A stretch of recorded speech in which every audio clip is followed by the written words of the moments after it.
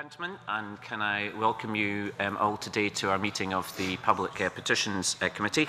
As always, can I ask everyone to switch off their mobile phones and electronic devices because it does interfere with our sound system.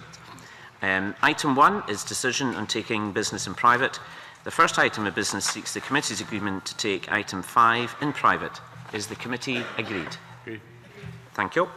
Item 2 is PE 1463 on effective thyroid and adrenal testing, diagnosis and treatment. The next item of business is the roundtable discussion on PE 1463 on effective thyroid and adrenal testing, diagnosis and treatment. Members have a note by the clerk, it's paper 1, and submissions. And can I welcome everyone to the meeting today. You're all very welcome, and thanks for giving up your time for coming along today. We've also got Elaine Smith, MSP, in attendance, who's got a lot of expertise in this subject, and I'd like to thank Elaine Smith for coming along today as well. Could I start by explaining that the purpose of this round table discussion is to enable everyone round the table who I know has a lot of expertise in this subject to discuss the petition by Sandra White, Marion Dyer and Lorraine Cleaver. Contributions to the discussion should be made through myself, and anyone wishing to speak should indicate they wish to do so and they'll be called to speak. For those giving evidence today, the mics will come on automatically. Once you're called to speak, you don't need to touch anything. Our technical team will ensure that they come on. Today's witnesses are seated around the committee, and can I start by asking everyone to make an introduction. My name is David Stewart. I'm the Labour MSP for the Highlands and Islands, and I'm the convener of the committee. Jake Brodie, SNP MSP for the South of Scotland, and Waste convener. I'm Tony Toft. I was a consultant physician at the Royal Infirmary of Edinburgh until 4 years ago, but I'm now in private practice in Edinburgh. Good morning, Anne McTaggart, MSP for Glasgow. And I'm Sandra White, one of the petitioners. Angus MacDonald, MSP for Falkirk East. Marion Dyer, one of the petitioners. Jackson Carlow, MSP for the West of Scotland and Conservative spokesman on health. Lorraine Cleaver, a very disgruntled thyroid petitioner. Graham Lees, I'm a consultant at Nine Wells Hospital in Dundee and on the SMASAC committee supporting the Chief Medical Officer. Michael Matheson, MSP for Falkirk West and Minister for Public Health. Leslie Metcalfe, Scottish Government Policy Lead. Sinead Parr, Scottish Government Policy. John Wilson, MSP, SNP Central Scotland. Tara Wilmot from the GMC Education Directorate. David Torrance, MSP, SNP Kirkcaldy constituency. Graham Williams, I'm from Hammersmith Hospital and Imperial College in London, and I'm the President of the British Thyroid Association and Treasurer of the Society for Endocrinology. Lynn Minot, Chair Chief Executive of Thyroid UK. And Elaine Smith, MSP for Coatbridge and Christon, and I've been assisting the petitioners. Thank you all for giving the introductions. So I've allocated about an hour for our discussion today, and then unfortunately I need to move on to some other business. I'll kick off with some questions, and I've asked my colleagues to ask some questions as well, but I would encourage everyone here to participate. I know there's phenomenal expertise around the table, and I'm very keen to get as much information as possible so we can then deal with the petition in an appropriate way. My first question, I'll just make a general question, and feel free for anyone who wishes to answer to come in. To what extent are the alternative diagnostic tests available at the moment? Who would like to come in on that point? Perhaps one of the petitioners? Well, they're not available. Right. We're requesting that, apart from doctors taking the history of the patient, that they look for signs, actually literally look for signs, how the patient's looking, what their skin's like, the puffiness, whatever, putting on weight, all sorts of losing hair, and also their symptoms. Because for years we've been going with different symptoms and they haven't put them together. And we'd like that to happen, and then to go on to the free T3 hormones. That's what we're basically after.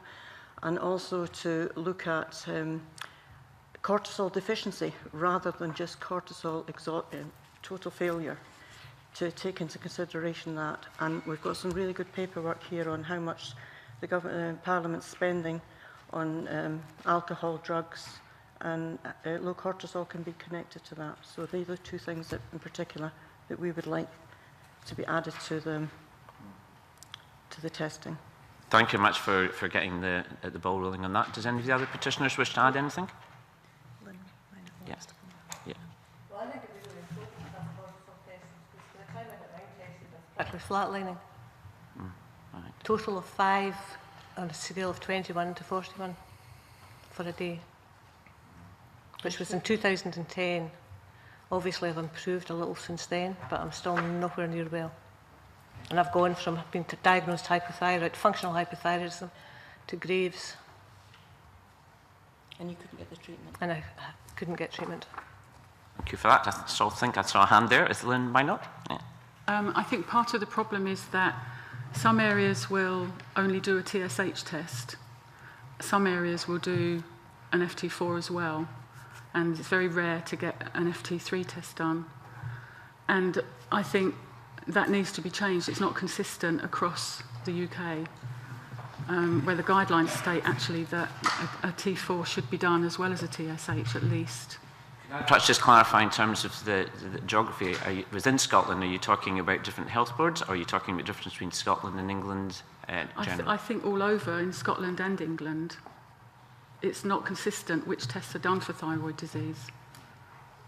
I'm not sure if Elaine could... Sorry, could you put questions to myself, just because otherwise we don't pick up in our sound system. Okay. I think you know, there is evidence from patients that not all the tests are done, and things like secondary hypothyroidism can be missed in that case. Yeah, Elaine Smith, would you like to come in? Thanks, Convener. Yeah, I'm probably just about to put Dr Toft on the spot because in his own book he says thyroid blood tests should not be interpreted in isolation, and correct medical care will also depend on careful assessment of symptoms and clinical examination. And I think one of the problems is that the thyroid blood tests seem to be the be-all and end-all for many GPs, and if in my own situation the GPs weren't looking at me or listening to my symptoms, they were just looking at the blood test and saying, no, your thyroid's absolutely fine, and it wasn't. So that's one of the problems. And the other problem is perhaps often the parameters of the blood test too. Those are different in the United Kingdom to they are in other countries. So that may be something Dr Toft could comment upon. Dr Toft? Thank you. I think I don't quite know where to begin because there are quite a lot of questions that have been raised. If we deal, first of all, perhaps with the reference range, if you like, and how people interpret that, and I think it's probably a fair criticism that more in general practice than in specialist practice, that there might not be an appreciation, for example, if the reference range for thyroid stimulating hormone, or TSH, is 0.5 to 4.5, and the reference range for free thyroxine, or free T4, is 10 to 22, and someone is being treated with levothyroxine, that ideally you would want the TSH to be around 1, and you might expect the free T4 to be around 18 or 19.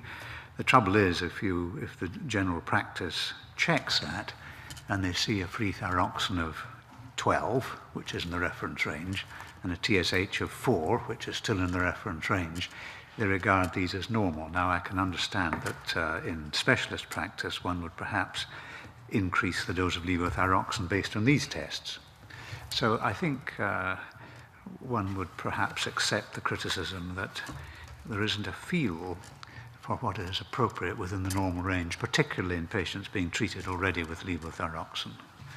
If I can maybe turn to T3, and there was the request that T3 should always be checked. I think it's our experience, and I'm sure my colleagues will agree, that in attempting to diagnose an underactive thyroid gland, T3 is the least useful test in our experience, and it's often misleading. It's often normal in patients with profound hypothyroidism, for example. So that's the reason why T3 is not offered in a standard fashion by laboratories for the investigation of possible underactivity of the thyroid. Thank you very much for that. It's obviously quite difficult to make this a straightforward round table because there's a lot of technical scientific language, but not all of us obviously here are doctors. So I mean, thank you for that technical advice, but if we could try and make that as straightforward as possible. Minister, I wonder if you'd like to come at this stage. Any points you'd like to add on the discussion so far? Well, these issues are largely clinical matters. It's not something which is set down by government, and the guidance which is used by clinicians is from organisations like the British Thyroid Association and how they then apply those at a localised level. But we would of course expect clinicians to work to the best practice and to the best possible standards. But it's these are largely clinical issues that are not set down by government policy. Okay, thank you for that. I wonder if we could bring Lillian Cleaver in as the other petitioner. Would you have anything like to add at this stage? Yes, well, when we're talking about the T3 range, and I understand Dr Toft saying that it's not considered useful in actually diagnosing, but when patients are on medication, they've been diagnosed hypothyroid, there is a reference range for a reason for T3. So why is it not being tested? And when many patients insist on it being tested, it comes back way below the healthy range. It's not in the range, it's way below. So that means that they are still profoundly hypothyroid. But it's never going to be picked up because nobody's going to test it. The TSH will look normal. The T4 might even look normal in the range. It'll be low. But the T3 is below the range. If no one tests it, then these people are remaining very hypothyroid. So I would like to ask Dr Toft, where's the evidence that it's not useful to test T3? I know he's asserted that they don't do it, but I'd like to know what the evidence is.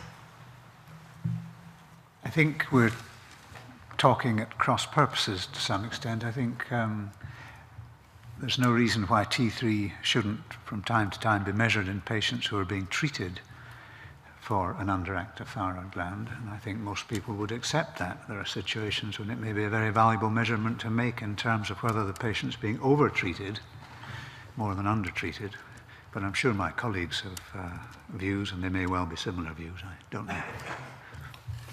Yeah, Sandra White. Yeah, I'd like to bring up the subject of myxedema, which is a severe form of hypothyroidism. And when you're myxedemic, you tend not to be able to convert your T4 to T3. So that's not getting picked up. And unfortunately, in my case, it wasn't even picked up with the TSH. That was totally irrelevant to it. And as I said before in my evidence in the last session, I was going unconscious, and I mean into coma 4 or 5 times a day, not just tired, unconsciousness, until I was in emergency and dying. And extreme cases like that. There's a lady in America called Danny Tentini, who's hypothyroid mum, and she has put up a list of 300 plus symptoms of hypothyroidism. And she is looking into the miscarriage and infertility situation with ladies, and the testing of free T3 and free T4, and the importance of that in the first 12 weeks of a pregnancy, or indeed infertility. And to have a functioning, healthy functioning thyroid before you get pregnant, or when you're pregnant, is so important. And yet, in the guidelines, it's saying here the thyroid status of hypothyroid patients should be checked with TSH and free T4 during each trimester. And measurement of T3 is not appropriate. And I think that is so sad for people that are losing children. Thank you for that. Yeah, Lynn Mamet. Can I say that we hear all the time that GPs are asking for T3 testing, but the biochemists at the local laboratory do not do them because they say sometimes that the TSH is within range, or sometimes there's no reason. So doctors are asking for the T3 test quite often, but it seems that the biochemist has priority over a GP treating a patient, and the biochemist has not seen the patient, has not seen the patient notes. So why is this happening? Chair Brody? Just ask a question on that. Because one of the items that was raised in the petition was to ensure that GPs are involved, and you say some of them are preferring these for testing. What I don't understand is that are they going against general guidance that's been given today by RCP and people like that? I mean, how do the GPs arrive at their level, so-called level of knowledge of the implications of applying T3? I think often, actually, it's because people have heard, they're going onto forums, getting more educated about the thyroid system, and then going back to their GP and saying, you know, is it possible you could do this test to see why I still have symptoms? And the doctor agrees with them. You know, it's a good shared decision-making environment. Integrating the knowledge that people bring to that, but you know, that's asking the GPs, is it not to be reactive instead of proactive if they feel that the clinical evidence is there that T3 should be tested? Are they reacting to, you know, the circumstances, no doubt some of them emotional circumstances, and people are bringing that to the GP, and the GP says that's a good idea? I'd feel a lot more confident if the GP had clinical evidence to support the fact that he then becomes proactive in saying, yes, I want to see T3 testing. Sandra White. Yeah. Even when it's you're on T3 only as a medication, my doctor can't get me to the laboratories to test it for me. So I've got to go by how I feel as to how I adjust my medication. So I'm doing it myself. Professor Williams, do you wish to comment at this stage? Yeah, I think it would be quite useful at this stage really just to try to give an overview of our current understanding of the physiology of the thyroid system, because I think there's a lot of misinterpretation happening. I think the first thing to say is that our understanding of this area is actually right at the cutting edge of basic science, both internationally and in the UK.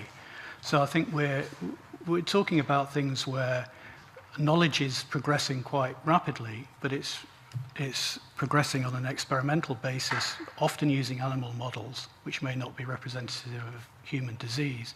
So I think we have to have a degree of caution.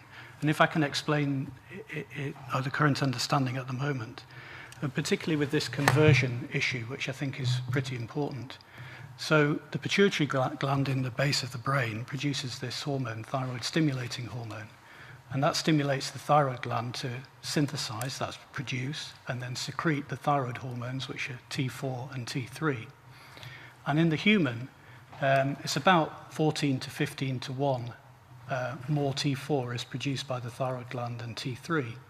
And in the peripheral tissues, that's maybe the liver, the kidney, the skeletal muscle, the bone, that kind of thing, about 80% of the body's requirement of T3, which is the active hormone, is produced by metabolic processes. And those metabolic processes are carried out by 3 separate enzymes, and I think that that's quite an important issue to think about. So there are 3 enzymes called the iodothyronine deiodinase enzymes, and what they do is they take a single iodine atom from T4, that's why it's called T4, thyroxine, because it has 4 iodine atoms, and they remove 1 iodine atom to produce T3, okay? And there's 2 enzymes that are capable of doing this reaction. That's the type 1 and the type 2 iodothyronine deiodinase. And it very much matters, actually, where that iodine is removed from the T4 molecule, because the T4 molecule has 2 circular rings, so-called benzene rings, each of which has 2 iodine atoms. And there's one called an inner ring and an outer ring. And if you remove an iodine atom from the outer ring, you produce T3, which is actually the active hormone. If you remove an iodine from the inner ring, you inactivate thyroid hormone, T4 and T3, and that's done by the 3rd deiodinase enzyme. So there are 3 different deiodinase enzymes. And they actually have different capabilities of doing these reactions. So we start getting into very complex territory here. And it turns out that the type 1 enzyme is expressed or found mainly in the liver and in the kidney. And it's felt probably in humans to be responsible for the majority of the circulating T3 within the system. Although that's not categorically known, that's our current understanding and our current feeling. And the type 2 deiodinase is a different enzyme altogether. So that's expressed in the pituitary gland, and it's expressed in many other tissues as well, including the skeleton, and the heart particularly has been well documented. And that enzyme produces local supplies of T3 to those tissues that need it at the time that it's required. And interestingly enough, the activity or the formation of T3 by the type 2 deiodinase enzyme actually goes up in situations of hypothyroidism when your circulating levels are low, whereas the type 1 enzyme, which produces the levels of T3 in the blood, is actually increased in situations of thyroid hormone excess. So there's a counterbalance between the two. And then the regulation of the inactivating enzyme is somewhat less well understood and is a bit more complicated. So at that level, just of metabolism, it's extremely difficult really to relate the levels of T3, which are the active hormone in the tissues that you're interested in, to the levels of T3 in the blood. And actually, we don't have a good level or measurement of the T3 level in the tissues that we're interested in. And so I think that's one of the major reasons why measuring T3 in this situation is of no value at all, and in fact is misleading because it doesn't help us. So for example, if you have a patient who's on T4, they will convert T4 to T3 in the periphery via the type 1 deodenase enzyme, and that enzyme will be regulated by the presence of the T4 that you're giving. And it will be converted in the tissues by the type 2 deodenase in the opposite direction. And so the actual level that you're measuring in the blood may not reflect at all what's happening in individual tissues. And so I think it's very misleading to be thinking about measuring T3. So I agree with Dr. Toft that the optimal measurement for patients who are taking T4 and who have hypothyroidism should be the TSH and the T4, and I don't think there's a place at the moment for T3 because we don't understand enough about it. Thank you very much for that. Can we bring Chick Brodie in? Just if I may, I'd like to ask the Minister a couple of questions. But Professor Williams, what's the downside if there's misdiagnosis or misinterpretations of tests if T3 was provided? What is the downside? Well, I think, in my opinion, I think that the downside would be that there would be a tendency for the people who are probably not aware of the current literature, the tendency would be then to prescribe T3 because the level would be seen to be below the reference range. And the problem with prescribing too much T3 is that it has detrimental effects on a number of important tissues, particularly the heart, where it can increase the tendency for the heart to go out of rhythm and then produce what we call emboluses, which are small clots which can cause strokes and things like that. So that's one definite problem. There's considerable evidence in population studies and in individual case reports. So I think that's a real risk. There are long-term consequences as well, because we know that if you are on high levels of T3 for a prolonged period of time, there's an increased risk of loss of muscle mass as well as loss of bone mass, resulting in osteoporosis and fragility fractures. So I think the risks of doing that in an uncontrolled fashion are considerable on a population basis, and one should be cautioned about it. No, sorry, can I bring in Lynn Mymet? There's been some recent research about a polymorphism on the DIO2 gene, which shows that, in fact, the tests don't give the true picture. And I think the conclusion was that T3 may be useful in some patients. But this gene test is not available on the NHS. So do you think it would be a good idea to make this test available for patients who are not doing very well on levothyroxine, and then perhaps give them a trial of T3? Okay. So how could that happen? How can we organise to get this genetic test done? Myself, thank you. Sorry, how can we get this genetic test on the NHS? It's available privately for people, but not on the NHS at the moment. And I feel that it's quite important that if there's a faulty gene and it's not showing up in blood tests, how do patients get well if they have this faulty gene?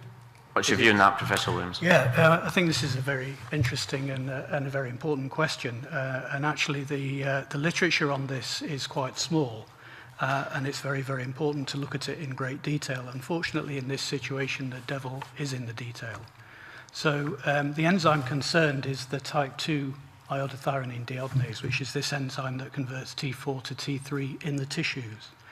And there is a polymorphism of this gene, and I'll explain what a polymorphism is. So every gene on your chromosome, an individual gene, encodes the production of a protein, and in this case, the protein is this enzyme, the type 2 deodenase.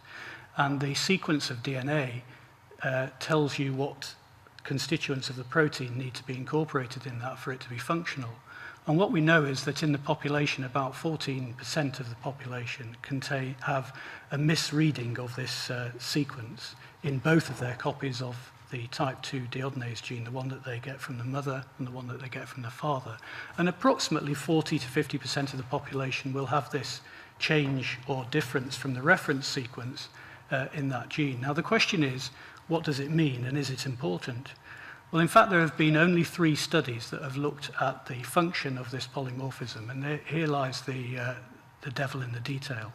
So 3 of these studies have taken this protein and purified it in its entirety, put it in a test tube, and measured in great detail the kinetics or the production of the type 3 of T3 from T4 by this enzyme. And those studies have been done in laboratories in Boston, in Rotterdam, and then also in Miami by 3 of the leading groups in the world in this area. And all of them showed that in those studies in the test tube, that the enzyme has no effect on the production of T4 to T3. And those data are very conclusive and very clearly done. Now, one of the studies, and this was the study performed by the group in Miami, in collaboration with the group from Boston, also performed studies looking at the function of this enzyme in tissue extracts. So what they did was they took extracts from muscle tissue from individuals who had this polymorphism compared with individuals who didn't, and looked at the efficiency of the enzyme. And the initial study suggested that in the people who had 2 copies of the gene, that there may be a deficiency or a reduction in the production of T3 to T4. Now, it's subsequently been published by both authors from that group that actually the study that they performed to look at the activity of the enzyme was probably flawed. And for technical reasons, this is an extremely difficult assay to perform. And the current consensus of thought in the literature and in experts in the field, we've just had a meeting in the United States about this, suggests that there is no difference in activity between the 2 polymorphisms. So I think a genetic test on this basis, on the basis of 3 papers, which are quite contradictory, and in fact the positive finding from 2 of the groups who initially described it has now been retracted, at least to some extent, would suggest that this test is probably way too premature, and I think it's something that should not be recommended. Thank you for that. I'll be back to Chip Rory. Thank you. That's very interesting. I mean, clearly, when you explain the downside and where we are with the research, then it does raise, in my inexperienced mind, some deep concerns. Can I, just on that basis then, we've reviewed the petition several times, and on the 15th of May, Minister, good morning, we received a response saying that via the Scottish Government Diagnostic Steering Group, advice has been sought from the diagnostic managed clinical networks across Scotland. I wonder if you can tell us whether you've heard back from the DSG, the Diagnostic Steering Group, and if you can give us a current update on the issues of TSH-only testing. We're still waiting for formal feedback from the Diagnostic Steering Group, and that was one of 3 items that we set out in that letter that we would take forward, and we expect to have all of the information from those 3 items by the end of this year to then come to a considered position once we've received that information. Okay, thank you.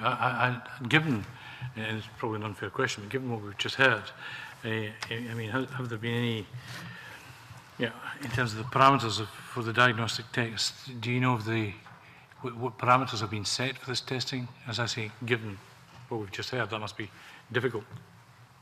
Well, obviously, these types of issues, particularly in terms of clinical care, have to be led by a very clear evidence base and a strong evidence base if there's going to be any change to the procedures which we presently have in place. The Diagnostic Steering Group are going to be looking at the existing range of evidence to see where there are any grounds in which we should be considering any changes, and also to consider what's presently available in Scotland to see whether that can be further improved. But it has to be based upon evidence, and that's got to be evidence of a sufficient level which would justify any change.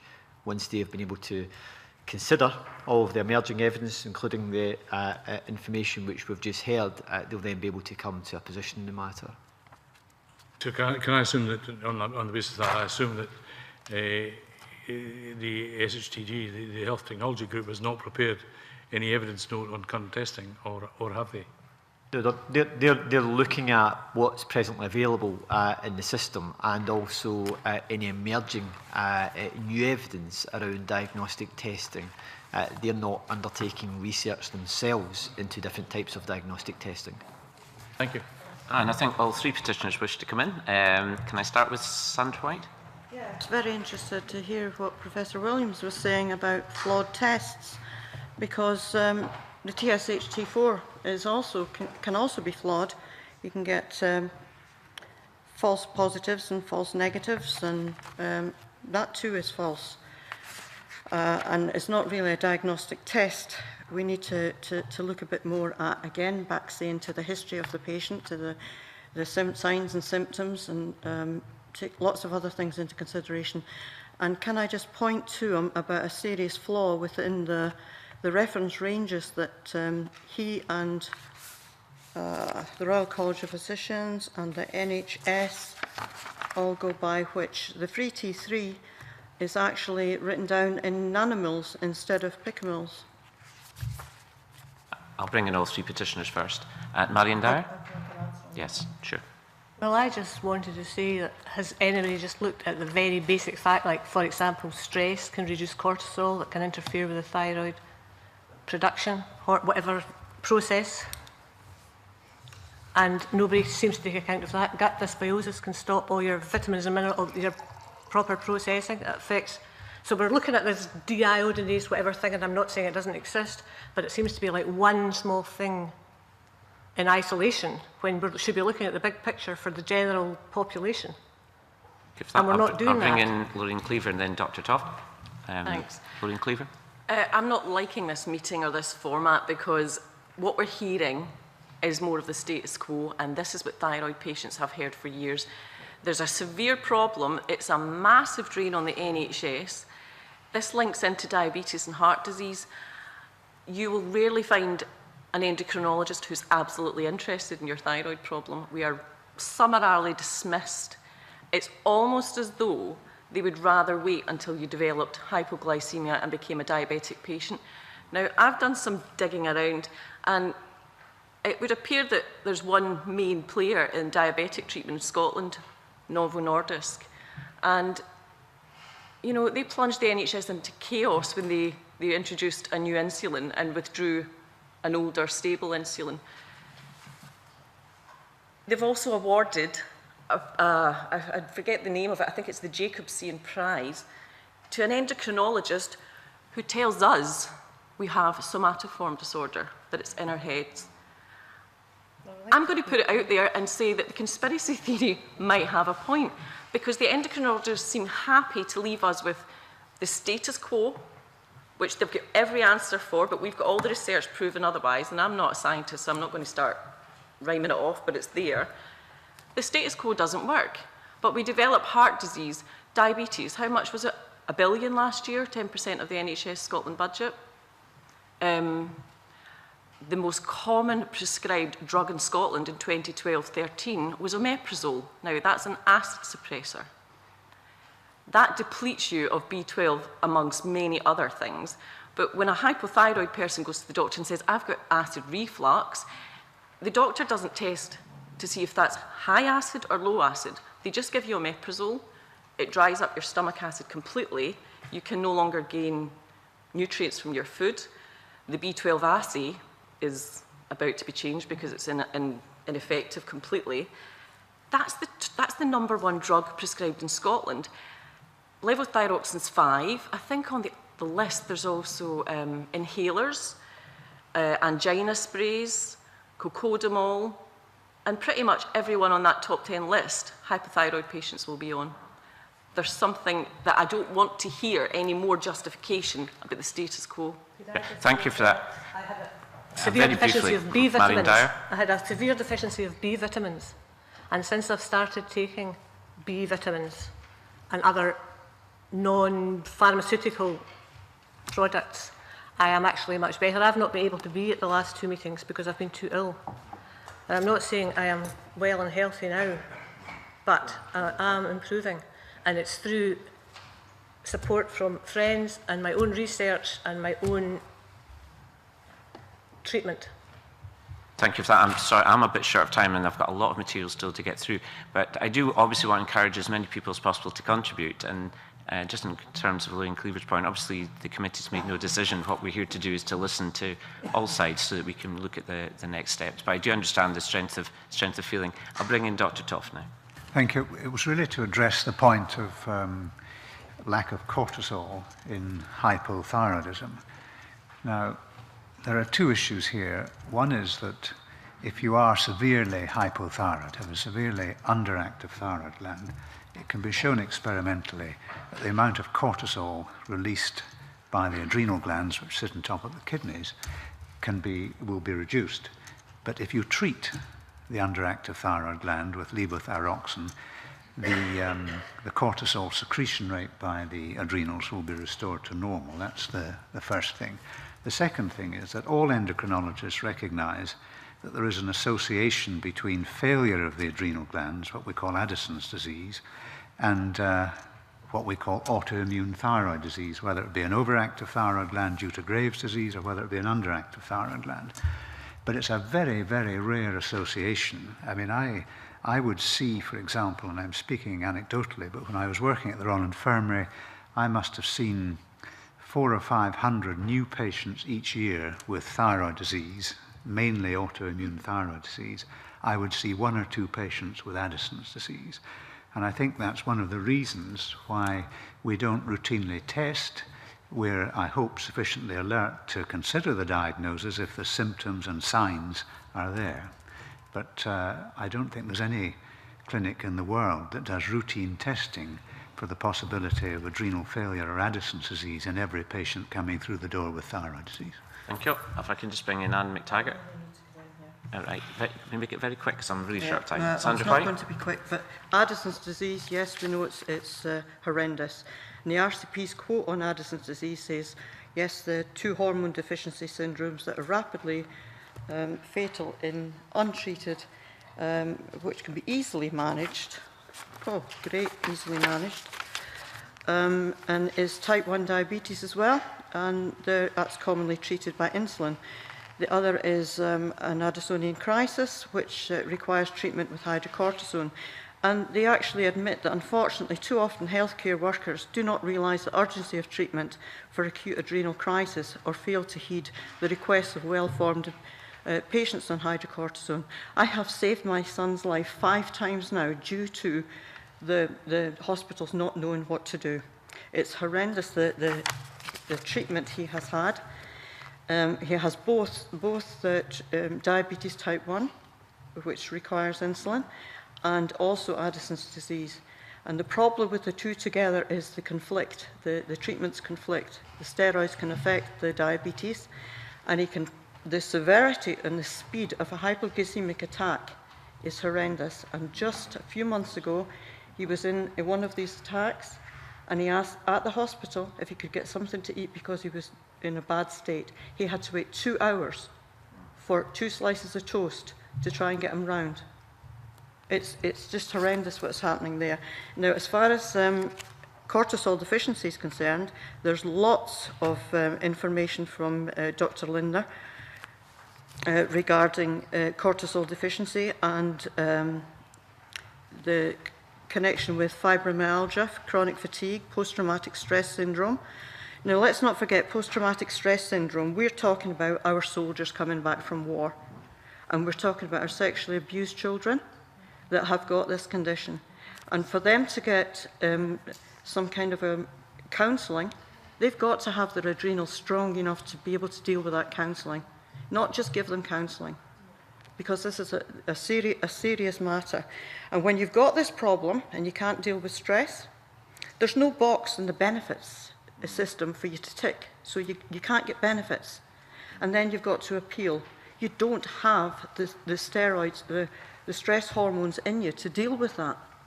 It's appalling what's happening, and it's a simple test, a saliva test, which is much more stable than the blood test, and it's a simple, effective, cheap test to do.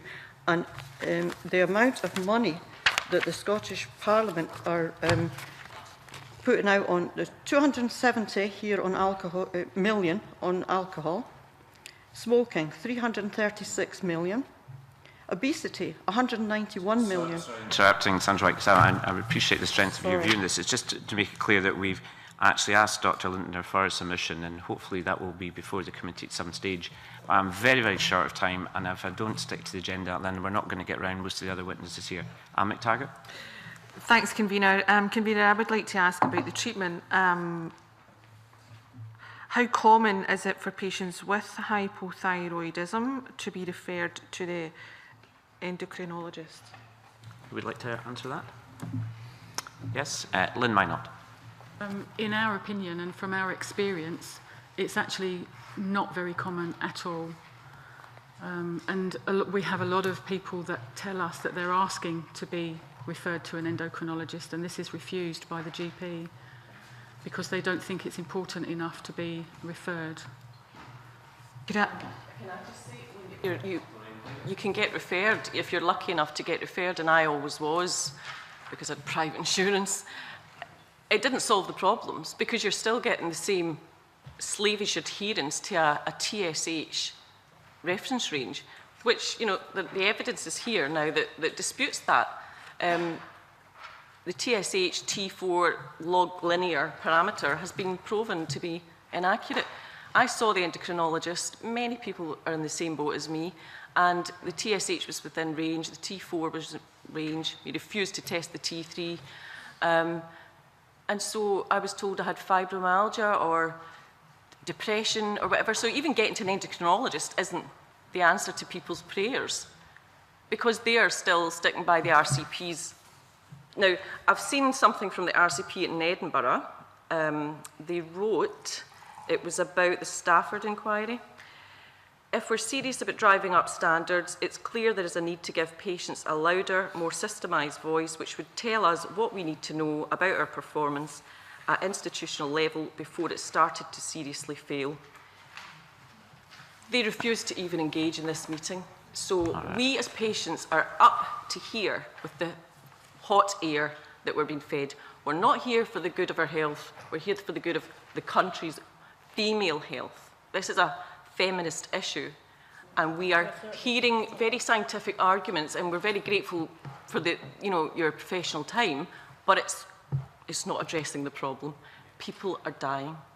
Thank you. Could I bring in Tara Womack first? Do you have any sort of particular view on the questions that have been raised earlier? I mean, as I outlined in my submission, the GMC's responsibility is around ensuring that the doctors are trained to be able to recognise appropriate cases that we're referring to. But the GMC doesn't define the standards. That does come from the profession itself. And provided those standards fulfil our requirements, we will agree to them and support them as part of a training programme or a continuing professional development programme for those doctors who have already completed training. And yeah, certainly, Lorraine Cleaver. I don't mean to hog, but what you said there, Tara, that, you know, the profession decides the standards, and that's usually set by the college, Royal Colleges, isn't it, that they devise the training. Now, the Royal College is a registered charity. They couldn't be compelled to come to this meeting because they don't discharge government functions. Who are they answerable to? Because they're controlling the health of the nation, essentially, but they're a charity. They make the rules. Who are they answerable to? I know they don't even answer freedom of information requests, the RCP. I would just like to know why the health of a nation is in the hands of I'll maybe charity. get Dr. Toft to answer that. Thank you. Dr. Toft. Thank you. Well, I can answer it because it's, and I can speak as a former president of one of the Royal Colleges of Physicians. Most of the guidelines, in fact, about management of whatever, whether it's ischemic heart disease or endocrine disease, are brought together by the specialist societies. They may be working with the Royal Colleges, but they may not be working with the Royal Colleges. An earlier point you made was about the reluctance of general practitioners to refer patients with hypothyroidism to hospital. And I think that is true. General practitioners, by and large, are not very keen to refer on. The reason for that, I think, is that and we mustn't lose sight of this fact, the great majority of patients being treated with levothyroxine for hypothyroidism with a TSH in the normal range and a free thyroxine in the normal range, albeit what I said earlier about what that normal range should be, the great majority of patients feel perfectly well. And I think I would dispute that, because I would say that they would be told that they were in the normal range, so their symptoms were due to an other cause. So they say, well, thyroid-wise, I'm fine, but I've got high blood pressure, high cholesterol. Can I hold on, sorry. There's a lot of questioners. Could I just remind people to go through myself? Otherwise, it's going to be very difficult for us to get a correct record of the meeting. Dr. Toft. Yes, I'm not persuaded that the great majority are not feeling perfectly well while taking levothyroxine, because the great majority don't complain. But let me turn to those who are complaining, who don't feel well. And I have sympathy for that. And I think it's very important for us to make sure general practitioners realize how to interpret a reference range. And if you do establish thyroid hormone levels and TSH levels which you think are correct, and the patient still continues to complain, I would hope that we do take that seriously. And I have no difficulty as an individual perhaps treating some of these patients with a combination of thyroxine and triiodothyronine, as long as while taking that treatment, the thyroid blood tests are all right. I'm not doing any damage, and I think there's an increasing move towards realizing that maybe there is a role for using both hormones in some patients. Indeed, I'd remind you that we use both hormones in the form of thyroid extract, and I'm not for a minute supporting thyroid extract, but that's all we had from about 1890 till about the Second World War. That's how we used to treat patients. Yeah, why do we support use of that now? Well, thyroid extract is often rather variable in its potency from batch to batch, and we have evidence for that. Sometimes there's not. Evidence for the variability of potency of levothyroxine medicine. I'm sorry, could you just remind you, I really have to go through the convener, otherwise this meeting is going to be very difficult to manage. Could I perhaps bring in the Minister? Obviously, we've heard some views from clinicians, and obviously I understand that you're still waiting for some reports to come back to look at guidance in terms of Scottish Government health policy. Obviously, the petitioners, I think, have put forward a very good petition, have very strong feelings, I think quite rightly, on their individual treatment and the treatment of their colleagues. Could you perhaps give us an extract of where you see government policy going in the future? Because there's clear dissatisfaction with some aspects here. So, for example, would you see a potential move being a change to sign guidelines? There's been some issue around the genetic test. So there's a few areas which has come out in evidence already, Minister, that I think has been very useful. Could you perhaps give us some hints whether you see, is there a mood among Scottish Government to change our policy in this area, or Scottish Government policy in this area? Well, you mentioned several points there. One is the issue around sign guidelines. We don't control sign guidelines, and that would be a matter for sign to determine whether they wish to take forward specific guidelines in this field in itself. They would draw those guidelines together on the basis of the expertise within the clinical community. Just to be clear for everyone, I mean, they are an agent of Scottish Government, if I understand it correctly. I mean, you could invite them to look into the guidelines that they produce in this area of work. Is that correct? They act entirely independently of government in determining which type of guidelines they take forward. We don't direct them on what type of guidelines they need to bring forward. What we have done, as I've set out in our letter in May, which is the 3 areas that we're taking forward, but the issue around things such as genetic testing have already been explored in the meeting, and any changes to how clinical care is provided would have to be on a very clear clinical evidence base. We are guided by experts in this field, that is the Royal College of Physicians and their colleagues, around what the policy should be in this area, and that's the type of policy which will continue to be taken forward within the NHS in Scotland based on existing clinical evidence. If there is changes in the clinical evidence that would suggest that there should be changes to the treatment regime, then we would then expect that to be reflected in the clinical practice of clinicians within the NHS in Scotland. But we don't direct them on what they should do and what they shouldn't do. That's very much based upon clinical evidence and clinical practice, which is led on by the Royal Colleges.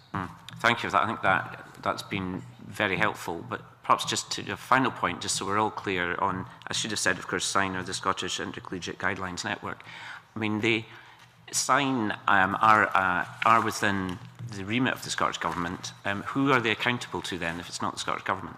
Well, it's not a case of us directing them that they have to produce guidelines in this area. You know, it would be a matter for SIGN themselves to determine. I know the committee have already contacted SIGN, and SIGN have indicated that they've got no plans to bring forward guidelines in this area. We don't tell them which guidelines they have to bring forward. It's for them to determine that themselves. Thank you for that. I'll perhaps bring you in when we conclude. Can I bring in Jackson Carlow? Well, actually no, because you very kindly asked my question for me, convener, which is very kind of you. Relieves me of the responsibility. I will make the observation, though, that we have here, I don't think this is proving to be a very satisfactory discussion. That's my own impression. I think we have here a number of people who are those who are suffering from the condition. And the impression seems to be that the establishment, in considering their views, does to the background soundtrack of voodoo drums. And there seems not, I think, to be a meeting arising out of this discussion that productively helps me in how I would hope things might progress forward in a way that would satisfy the petitioner. So I'm a bit, as a layman, bamboozled by the very technical stuff, which I have to respect and would have to read in some detail again from the official record, and the experience of the people in the room. And I think that's where we have a difficulty. Can I check, Brodie? Just on that point, I always hesitate asking this question, if you have an answer I got before, about where is the clinical evidence. You know, there's a lot of understandable emotion and alleged evidence around this, both from both sides. And I think what we have to do is go down the route, not by talking about anybody beating voodoo drums in a very, very serious issue. So I think one of the fundamental issues is you know, for us all to try and establish what absolute evidence, hard evidence there is, rather than you know, circumlocute what we think is the situation. Okay, Elaine Smith, and then bring Professor Lees. Thank you, Convener. I mean, I would agree about the meeting, and I think maybe it's two poles here, and I think maybe what's needed is more of the evidence from patients, which is something Dr Toft himself has often said, you look at the patient.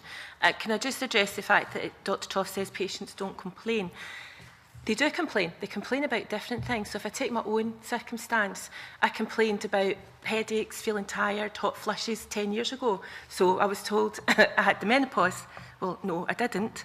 Then I complained about sore bones, etc. So I was told to take some paracetamol. Then I complained about depression. So I was given diazepam, and then I was given depression tablets. And then I complained about just general malaise, and it wasn't until I collapsed and I was taken to hospital in an ambulance that I was then told I had a kidney infection, which actually I didn't. And at the end of so on and so forth, at the end of 2 years, I was then referred to a hospital, but not to an endocrinologist, despite the fact that I had an underactive thyroid and had for many, many years. And I'll just add to that, the minute I was put on T4 after 10 years of marriage, I finally had the baby that I was told I couldn't have up until then. So that's an interesting point that somebody made earlier. So all of that then culminated in me being sent to a specialist, but a neurologist, not an endocrinologist. At the end of all of that, I was told I had ME. Now, had I accepted that diagnosis, I wouldn't be sitting here talking to you today. But I didn't accept it. I demanded to see an endocrinologist. I saw Dr Toft and I was put on T3 and came back from the dead, quite literally. So what I will say is there's about 20% of people, I think, who've been diagnosed with ME who have an existing underactive thyroid. For a start, I would really like to see those people put on T3 to see how they go on. And yes, let's monitor their heart and let's monitor their bone density. But if they make a comeback from the dead, then surely it's worth trying them on it. I would also like to see people who are told they're borderline, like my sister, who's got a mother and a sister with underactive thyroid, but she's not being given T4 or anything, despite being quite ill, because she's told she's borderline. Well, what exactly does that mean? Surely she should be put on T4 under the guidelines and given a chance to see if that makes her better. So I think the thing really that's missing today is perhaps a discussion more fully with, maybe the committee could consider an inquiry more fully with patients to hear their experiences, to pull them all together and then to present that kind of evidence to the establishment to say, maybe you have to think about things a little bit differently.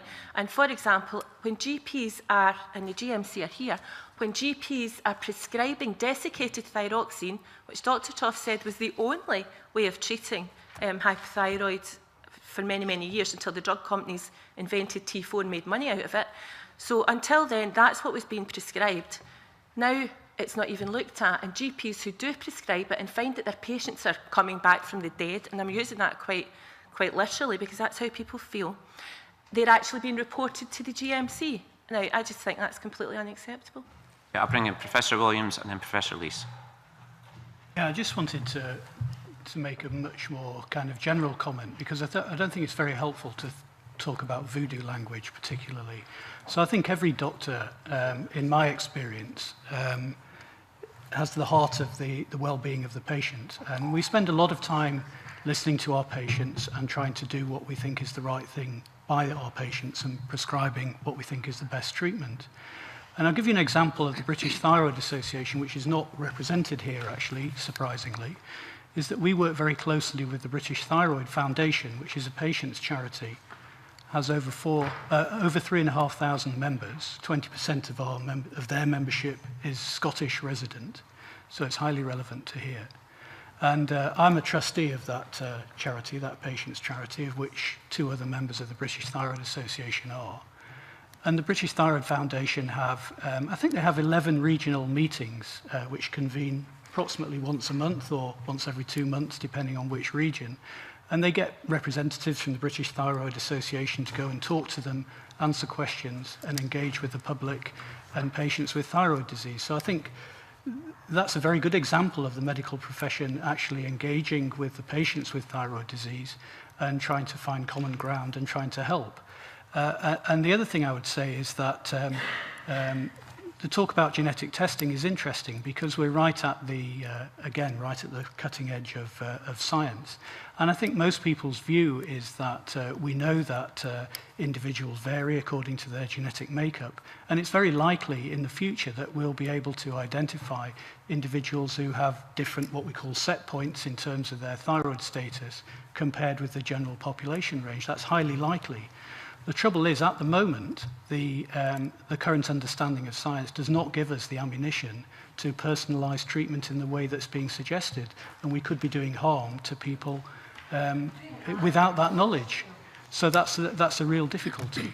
So at the moment, I think we're kind of in limbo a little bit until we get further information and know. But it's certainly an area that's intensely being studied at the moment, and people are really trying to find a way of taking this forward. So I don't think we're too far apart, and I think what we need to do is work together rather than be adversarial.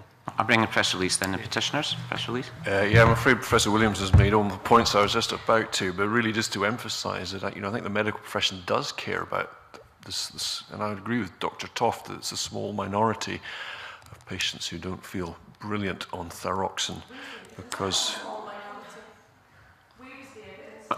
Minority, I'm sorry. If I can let Professor Lees just answer his point, and then I'd be happy to bring the petitioners in. I think the science is potentially being overinterpreted because it is right at the cutting edge, so we need to be cautious about that. And the bottom line, as Professor Williams says, is we don't want, we want to give and advise treatments that are safe. I suppose the one area where there may be some evidence, what we're being asked for, is that, view the number of patients on thyroxine who have in trials expressed problems, and this is in large trials, is perhaps 10% or so, 10-12%, and that's the same number of patients that express similar adverse effects in other trials for patients who are not on thyroxine at all. So that there is a general symptomatology that is around for whatever reason, and I agree that the medical profession perhaps doesn't have a good handle on what's causing that, but that doesn't necessarily mean that it's thyroid. Thank you for that. I said I'd bring in Marion Dyer. I just want to say, I was given thyroxine, and I couldn't even take one tablet, and I had instant tracheitis. Well, I'm not saying it can't be tracheitis, it's an infection, but it really affected me. I went through my whole life of having symptoms of endocrine disorder. My mobile phone, could you please turn them off because it does interfere with our sound system? Thank you. Sorry. I had eczema, dermatitis, severe PMT. I had morning sickness to the point of not putting on weight, being hospitalised. I had preeclampsia, that's what I had. Postnatal depression. I got told I had chronic fatigue.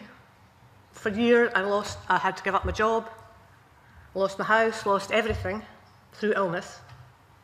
And all of these things, when you look, are symptoms of thyroid disorder or endocrine disorder. And not one professional seems to know this. And if they do know it, they keep it to themselves. They don't treat you for it. Thank you. Have you Sandra White, do you have a quick point? Yeah, I'm just trying to get some kind of... Why could they not have a trial on testing the peripheral? Just do a study for a period of time to see and checking all the patients with the free T3 and T4, reverse T3, to see what comes of it. There's the adrenal testing, and there's another fantastic one, which is the optimal nutritional evaluation, which is looking into the amino acids, vitamins, minerals, enzymes, neurotransmitters. It's a £300 test for your whole body chemistry. And they're handing out one tablet and not taking into account whether we're deficient in something else that could be causing the problem not getting to the cells. And these tests, if they even just did a trial with this over a period of time to see then they've got some scientific evidence. Good, but Professor Williams, would you like to speak to that? I can come back on that very specifically. So those kind of tests are actually not very specific, so it's very difficult to ascribe cause and effect. So that's the first thing. And this has been addressed in considerable detail. There's a specific group of patients who have been identified, and we're getting into technicalities again, who have mutations in the receptors for thyroid hormones. These were first described in 1988. And then there's been mutations described in the second form of the receptor, actually only last year in 2012, and there are only 4 patients in the literature with mutations in that gene. Now, we know those individuals are unable to respond to thyroid hormones very specifically in the tissues that thyroid hormones activate. And so what people have been trying to do is to identify markers of the tissue response to thyroid hormones in patients who have absolutely no response, well documented by clear mutations in the receptors, versus normal individuals. And I have to say, unfortunately, the tests that have been done do not discriminate satisfactorily enough, even with those people who have absolutely no response to thyroid hormone in that tissue. So the problem we have here is a lack of specificity and ascribing cause and effect to the results of those kind of tests. So in this situation, in a situation where we've got a graded problem in terms of the responsiveness to thyroid hormones, if it exists, then the tests that are being put forward are actually not discriminating, so that's why it's not helpful. Thank you for that. Sandra White? Yeah. All of us have followed these tests and the deficiencies that came up in them, and we've all got better. We've come to a health ourselves. So these tests do work, and they're not any worse than the blinking TSH T4 test at the moment, which is flawed as well. You have to agree to that. It's not a superb test itself. And we're asking you to just consider this for the sake of the guidelines to see if there's a way forward with this. And let's not forget natural thyroid as well. We're all different with our chemistry. We all have to have a different mix to make us better. And what better than doing tests and to see what the results are, to come to some kind of a final agreement on this. And you know, we are the worst patients, believe me, because we won't go away. We're the ones with the symptoms. We'll keep coming back to you, and we won't give up. And if we don't get any satisfaction here, there'll be thousands behind us coming after. The one thing I just want to say is there's people in England at the moment trying to do the same thing, bring it to the government's attention. They need 100,000 signatures before they can get the government to even listen to them. And the majority of these patients have got fibromyalgia. They don't even know they've got thyroid problems. So they need their help. Instead of in here, in Scotland, one signature to get a very important petition heard. We should be really, really proud of ourselves here. I appreciate the comments from Sandra White. Lillian Cleaver. I'll just keep this briefly. I had a Twitter conversation with Sir Muir Gray, who's the Chief Medical Information Officer for the NHS, and he said that thyroid disease is far more common than most doctors realise, never mind patients. Now, if we're waiting for new trials and new guidelines, we have to bear in mind that the guidelines are made up of trials, 50% of which are not put forward or ever published, and they are skewed in favour of the positive trials that reflect well on the pharmaceutical company that funded it. So doctors are already treating us with a biased parameter because they've only ever been shown the good positive trials. There's also evidence, I think Lynn knows more about this than me, about stacking. The panels that are making up guidelines are stacked in favour of the clinicians who hold the party line. So, you know, Michael Matheson, you know, they'll be looking into all this and sign and whatever. They have to bear in mind that these guys are holding the party line, and these guys are the ones that make up the guidelines. Yeah, I'm unaware of any pharmaceutical industry trials in thyroid disease for a number of years. Now, clearly there are in other areas like diabetes and things like that. So there's not a strong pharmaceutical push for, that's partly because there's no new treatments, and that is a problem, I agree. But I'm now over the time, but I'm prepared to extend for a very short period of time. Can I ask both the questioners and any witnesses to keep their remarks very brief? Angus MacDonald. Thanks, Convener. Could I briefly, I know we're under pressure time-wise, but could I briefly go back to the issue of treatment? We've touched on a desiccated thyroid extract, which has already been mentioned this morning. However, I'm quite curious as to why desiccated thyroid extract doesn't have a licence. Is it because there's been no application for a licence, or have the applications been refused? Lynn Minot. Desiccated thyroid was introduced many, many years ago before licensing. I think that's correct, and therefore it didn't have to go through the licensing. And that's why, because it's so old, licensing didn't start until later.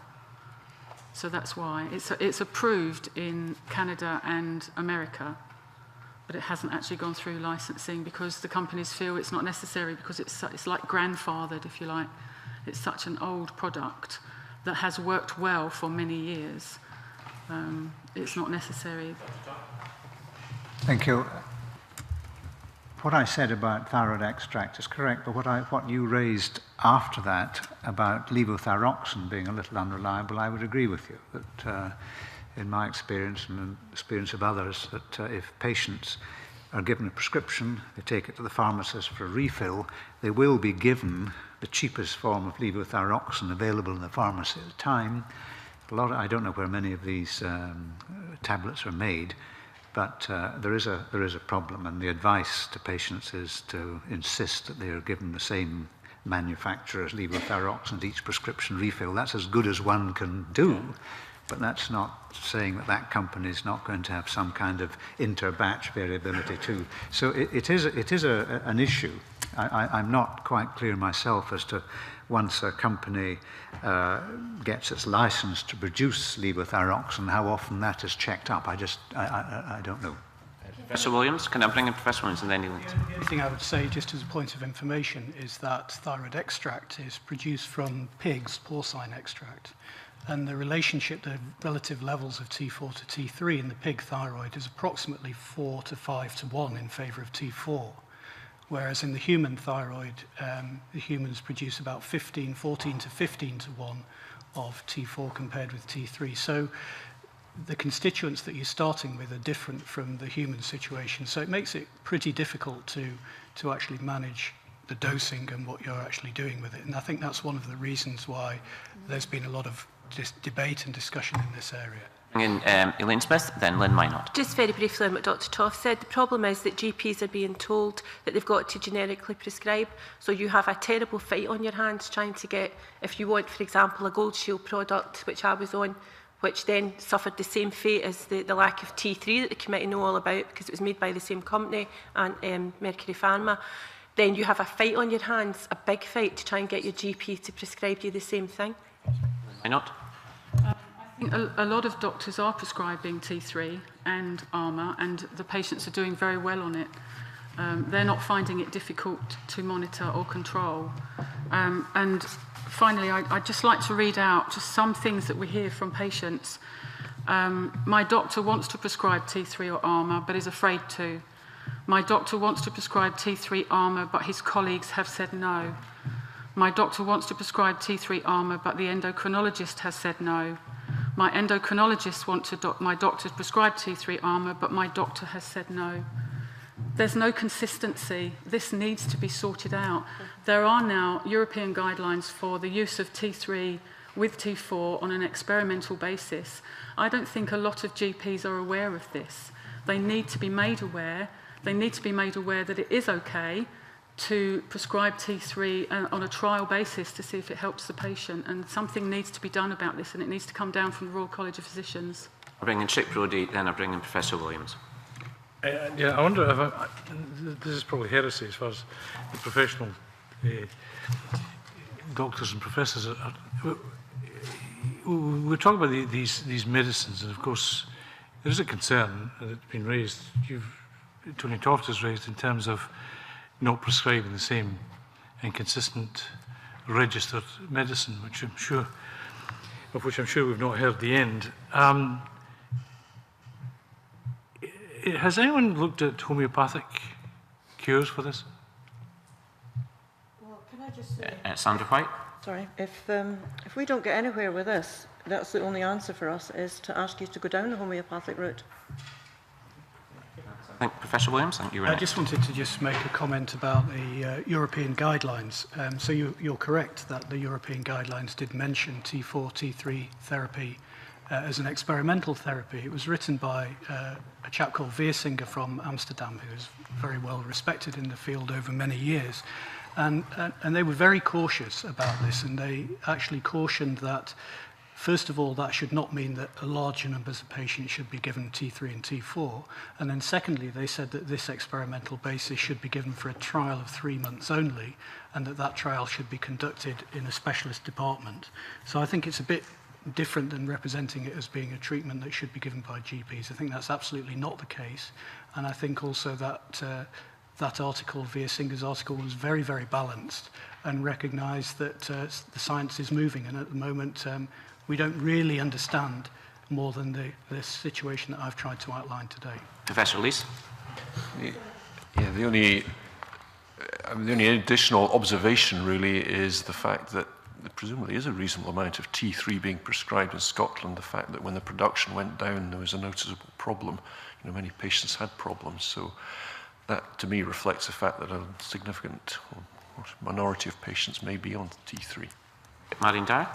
I would just like to ask Professor Williams if possibly he might be more interested. I don't know how interested you are. I'm not meaning to be, but if you'd be more interested or more passionate, like if members of your family were suffering from this and you were trying to get them better, rather than objectively sitting over whatever body. I think we're just to be fair. I mean, obviously we're trying to look at the general trends behind the petition, but yeah. If everybody's going to be objective, nothing's ever going to happen, because everybody's going to go, but we can't do this because, we can't do this because. And we're saying we have to do something. Yeah. But I'm well over time. I have still a question from John Wilson. Thank you, Convener. Good morning. The question that I've got before me is the question about the issue that's been raised by Elaine Smith and raised by Lynn Minor regarding doctors and the treatment of patients with hypothyroidism being either disciplined or being reported, and in one situation has been referred to the GMC.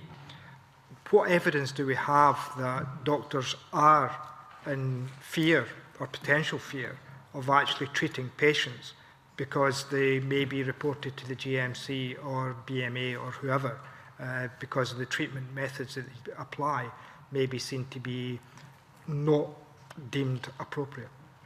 Tara Wilmot, is that a question for you? I mean, it's a question for the GMC, but as I mentioned, I'm from the education side of the GMC, but the fitness to practice side, our guidance to doctors is that they need to follow the published standards, and working out with those standards and guidelines could cause them to go into difficulties.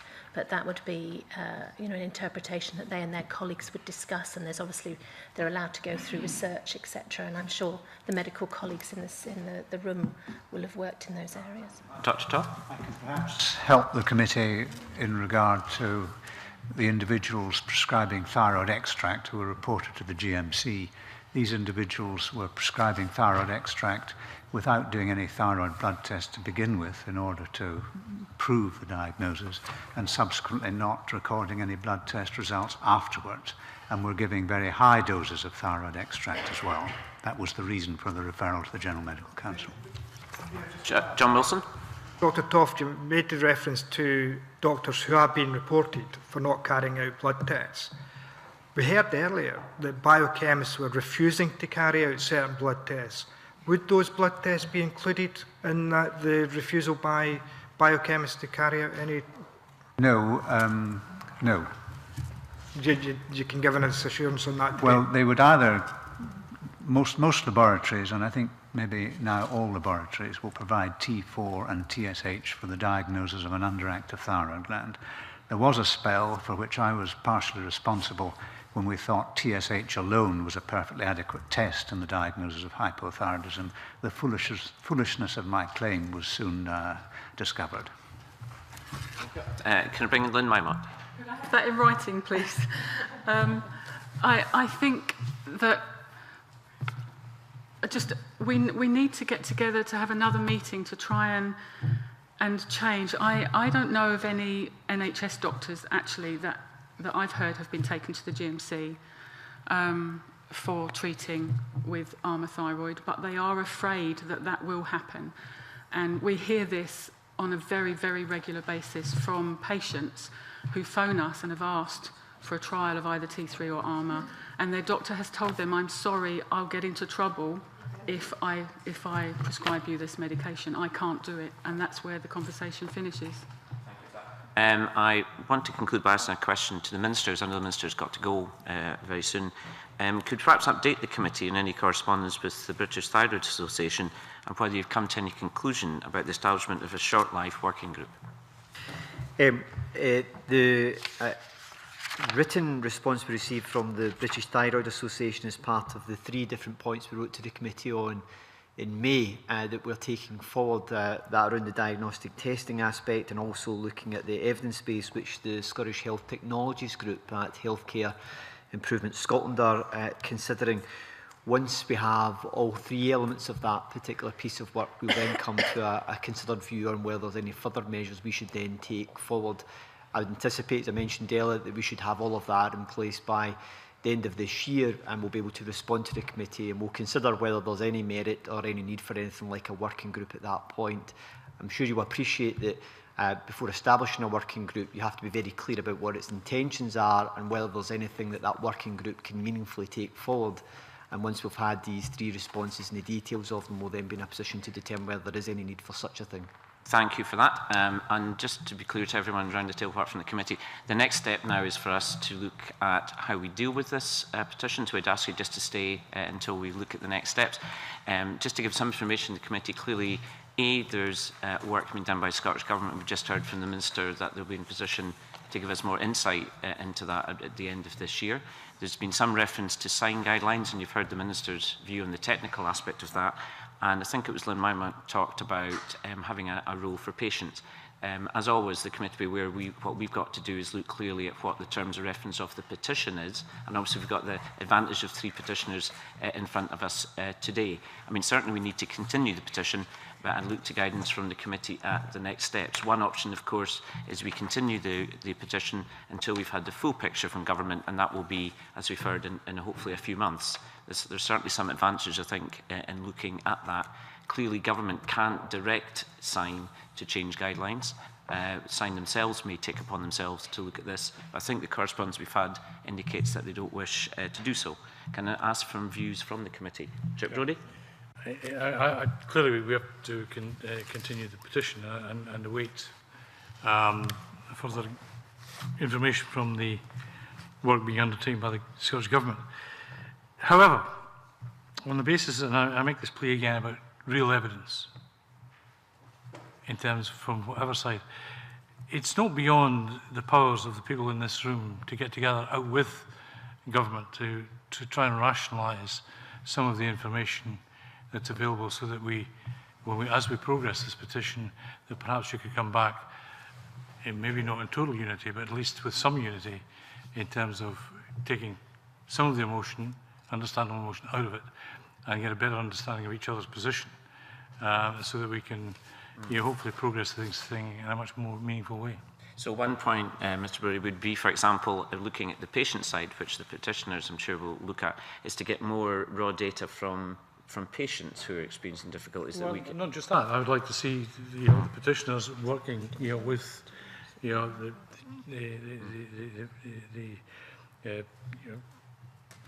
doctors and professors to try and rationalise a better understanding on both sides, so that we, take out some of the, as I say, some of the emotion and some of the magic around it. Thank you for that. Can I ask other committee members to come in? Jackson Carlow. I'm not actually sure what Mr. Brodie's point meant.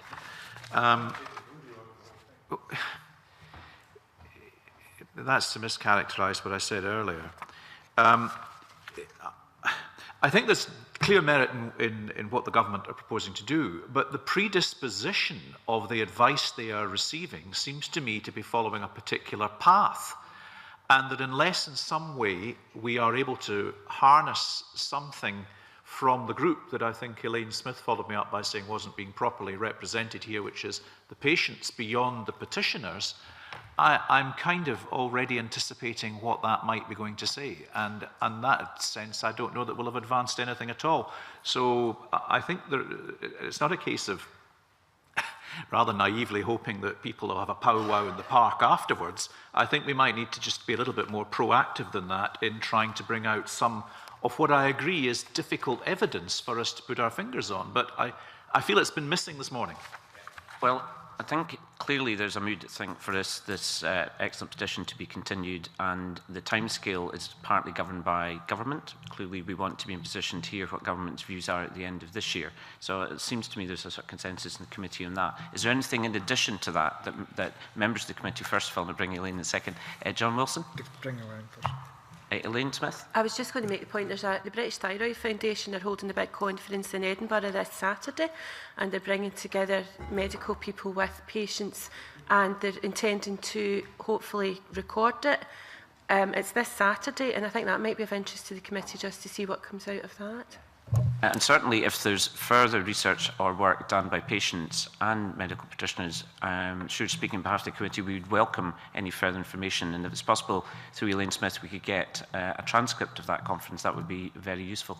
Does any member of the committee have any converse view to my suggestion, which is that we continue this excellent petition to await the government view on this, and we look at that again in light of the government's next steps? John Wilson? Convener, it's not to say that we don't take this petition forward. What I would make the plea today is to ask the medical profession, along with the government, to examine the issues that have been raised by patients, not only in terms of the petitioners and Thyroid UK, but much widely, because what I heard today was very much a defence of the medical profession, that they're doing the right thing because so many patients don't complain about the treatment. The difficulty I have is if patients don't know how to complain or what they've to complain about in relation to the symptoms they feel or suffer following a medical intervention, then clearly we need to look at how we are actually following through patients to build the confidence in the treatment that they're actually receiving, because quite clearly the petitioners, three petitioners have raised an issue for me in terms of this petition, that patients out there, and I heard some of the background noises from the gallery in relation to what they were hearing from the table, that clearly have to instill confidence in patients that they are getting the best medical treatment available and that they can actually move forward with confidence. And until we actually instill that confidence in patients and we make sure that we're actually delivering a medical service that actually treats the individual, because clearly there are a number of individuals who come down with different symptoms after the treatment. I think Marion Dyer gave a perfect example in terms of her experience, in terms of one medication. Clearly, we need to try and make sure that we gather together, and the government and the medical profession gather together, real patient experience of what they're suffering and how they're suffering in relation to the treatment they receive, and how we can take that forward. So I would make that plea to everybody around the table: get that information in, get it collated, and get it hopefully to reflect the way we should be treating people with these conditions. Yeah, I think John Wilson makes some excellent points there, and I think the conference on Saturday will be a really good coming together of patients and medical practitioners. Chair Brody? If I may ask, Elaine, in terms of, so again, my concern is lack of cross-communication. I sympathise with everybody in this, but it would be helpful if, are they going to have people like, I'm not saying specifically Professor Williams, but people can actually explain the downside of where we're at medically and the implications for patients if there's a misdiagnosis? Do you mean on Saturday? On Saturday. I'm not sure if I'm not organising it. I was hoping to try and get along. I know, for instance, Dr Nicola Zammit is one of the speakers from the ERI where Dr Toft used to work, and there are other medical professionals speaking as well, and it's for patients to go along and presumably then to interact with the medical professionals. Dr Toft, very quickly. Thank you. I just want to challenge Mr Wilson's view a little. We do know that most patients feel well. We follow patients up in hospital whom we've been treating with levothyroxine for an underactive thyroid gland. We know they're well. You're not going to expect... Can I ask you how often you follow up with patients in relation to the treatment that you provide? Sorry, colleagues. I don't want to reopen this argument. Can I let Dr Toft finish his point, then I'll bring John Wilson in. And I'm not from... This is supposed to be the committee summation in terms of this issue, to allow the committee to decide how to take this petition forward. You've reopened the debate in this, convener, so I would like to think we could have, if you want to continue the debate on this issue, then we do that as a committee. But my understanding is there was a committee summation on this issue, so we could move forward to other petitions today. It is the Commission summation. We allowed other members in. I have to remind members, of course, that the witnesses are not necessarily familiar with our procedures, and I do believe in being as polite and courteous to witnesses as I possibly can, but technically Mr Wilson's correct. So I think on that point I would not allow any further involvement. All I would say is that this is a very, very important petition. Clearly there's strong feelings that's been reflected in the last hour and a half. We've extended by an extra half an hour because I felt it was the right decision to do. So our conclusion of the committee is that we will be continuing this important petition until the government has come to conclusions in a number of areas of work. Obviously, we would invite any other evidence that comes from the committee, for example, the conference on Saturday. I would certainly leave open to the petitioners and other patients to write into us, and indeed to the medical fraternity as well. So the decision of the committee is to continue. Can I first of all thank our three petitioners? I know it's been very, very difficult today coming along, and a lot of personal circumstances are being explained by you. I know how difficult that is, so I do appreciate all three of you coming along. I'd like to thank Elaine Smith, who's in a very similar position as well. I'd also like to thank everyone else who's been a witness for us today. Sometimes it's been quite tense, quite difficult, no putting over the points, but I do really appreciate giving up your time and efforts. Obviously this issue will run and run, and also I'd like to thank the Minister and his team for coming along and appreciate his openness on this particular subject. So thank you very much for coming along. I'll suspend for 5 minutes to allow witnesses to leave, and thank you all again for coming.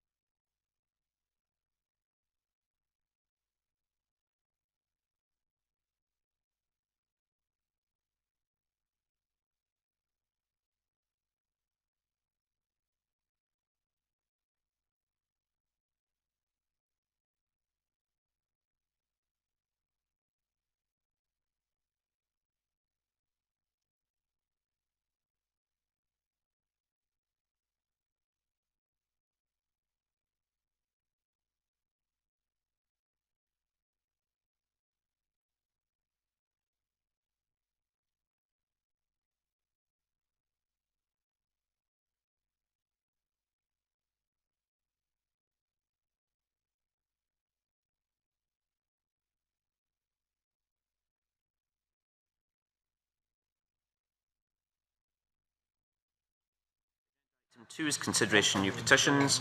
The next item of business is consideration of PE 1486 by Julie Wales on Primary 1 class sizes and sibling placing requests. As previously agreed, the committee will take evidence from the petitioner. Members have a note by the clerk, despite briefing on the petition. Could I welcome the petitioner, Julie Wales? You're very welcome, and welcome both of you for coming along today. And invite Ms Wales to make a short presentation of 5 minutes to set the context, after which we'll be moving to questions. Julie Wales. Thank you. Until the upper class limit of 25 in P1 was introduced, parents thought it to be an urban myth that 5-year-old children could be segregated from the familiar school that elder brothers or sisters attend.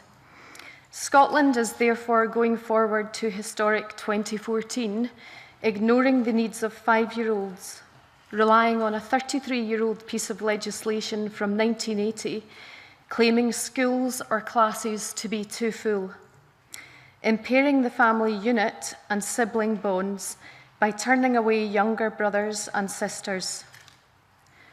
Primary school and effective learning need to be characteristics by the findings of Maslow, whose proven research indicates that the basic human needs should be met for effective learning to take place. Primary schools of an independent Scotland should surely be a secure environment when in actual fact parents are being forced in this developed nation to consider extracting elder children and moving their schools whilst younger siblings are displaced into alternative schools. Lip service is being delivered by appeal boards who simply state that the school is too full, before turning their back on parents who are then forced to make repeated placing requests at 2 monthly intervals whilst their professional lives are eroded. Trying to balance work with multiple impractical arrangements, like my associate here, who is running between 2 schools, 7 miles apart, before 9 AM to drop off 2 children into separate schools. The irony is that even where placing requests do take cognizance of the siblings in the pipeline, nowhere does it state that the strategy of placing requests for the education of the first child in the family is high risk.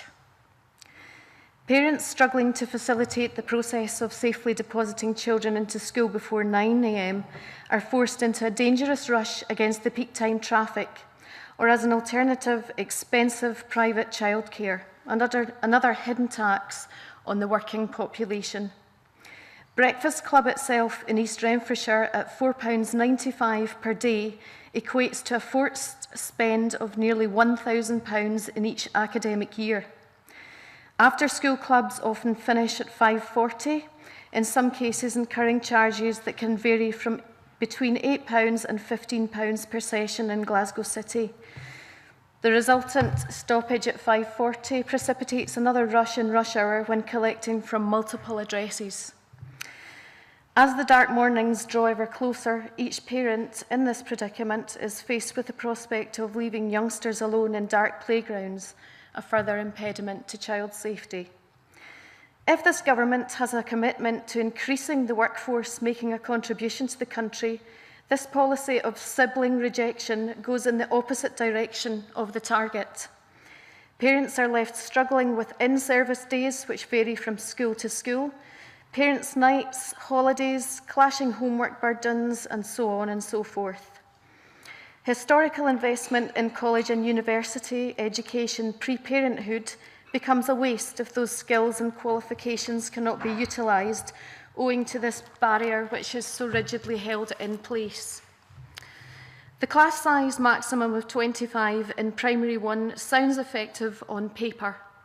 However, the General Register Office Scotland states that it is not possible to calculate pupil-teacher ratios for Primary 1 to Primary 3 pupils separately, as they are unable to identify the proportion of time teachers work with P1 to P3 pupils. Class size information for P1 to P3 classes is available, however, this only includes the class teacher and does not include the input received from other teachers, i.e. head teachers, specialist teachers in music and PE and so on and so forth, as it is not possible to allocate their time to a specific group. Could this actual data not support a motion towards flexibility on the number 25 as a maximum class size to assuage the possibility of sibling rejection? There is a wealth of evidence from the UK and elsewhere that lower class size does improve educational outcomes for children. The size of the effect at 25 opposed to 30 is smaller than the effect of being in a class size of 18. Lower class sizes in P1, if the government could resource it, would be far more effective. I was personally forced to consider resignation from my post as a college lecturer, as having invested in childcare to the tune of as much as £1,500 per month for the last 4 years, I realised I had a horrible wake-up call that the placing request strategy had suddenly become a very risky strategy of mine. Like most households, as the mother, it's my role to deliver the children to school, and I had anticipated a drop in the rate of childcare this year with 1 child more coming into school. With a third child still costing me an average of £500 per month, at the moment I feel cold at the thought of having to pay more money into childcare should she not get into school alongside her 2 sisters.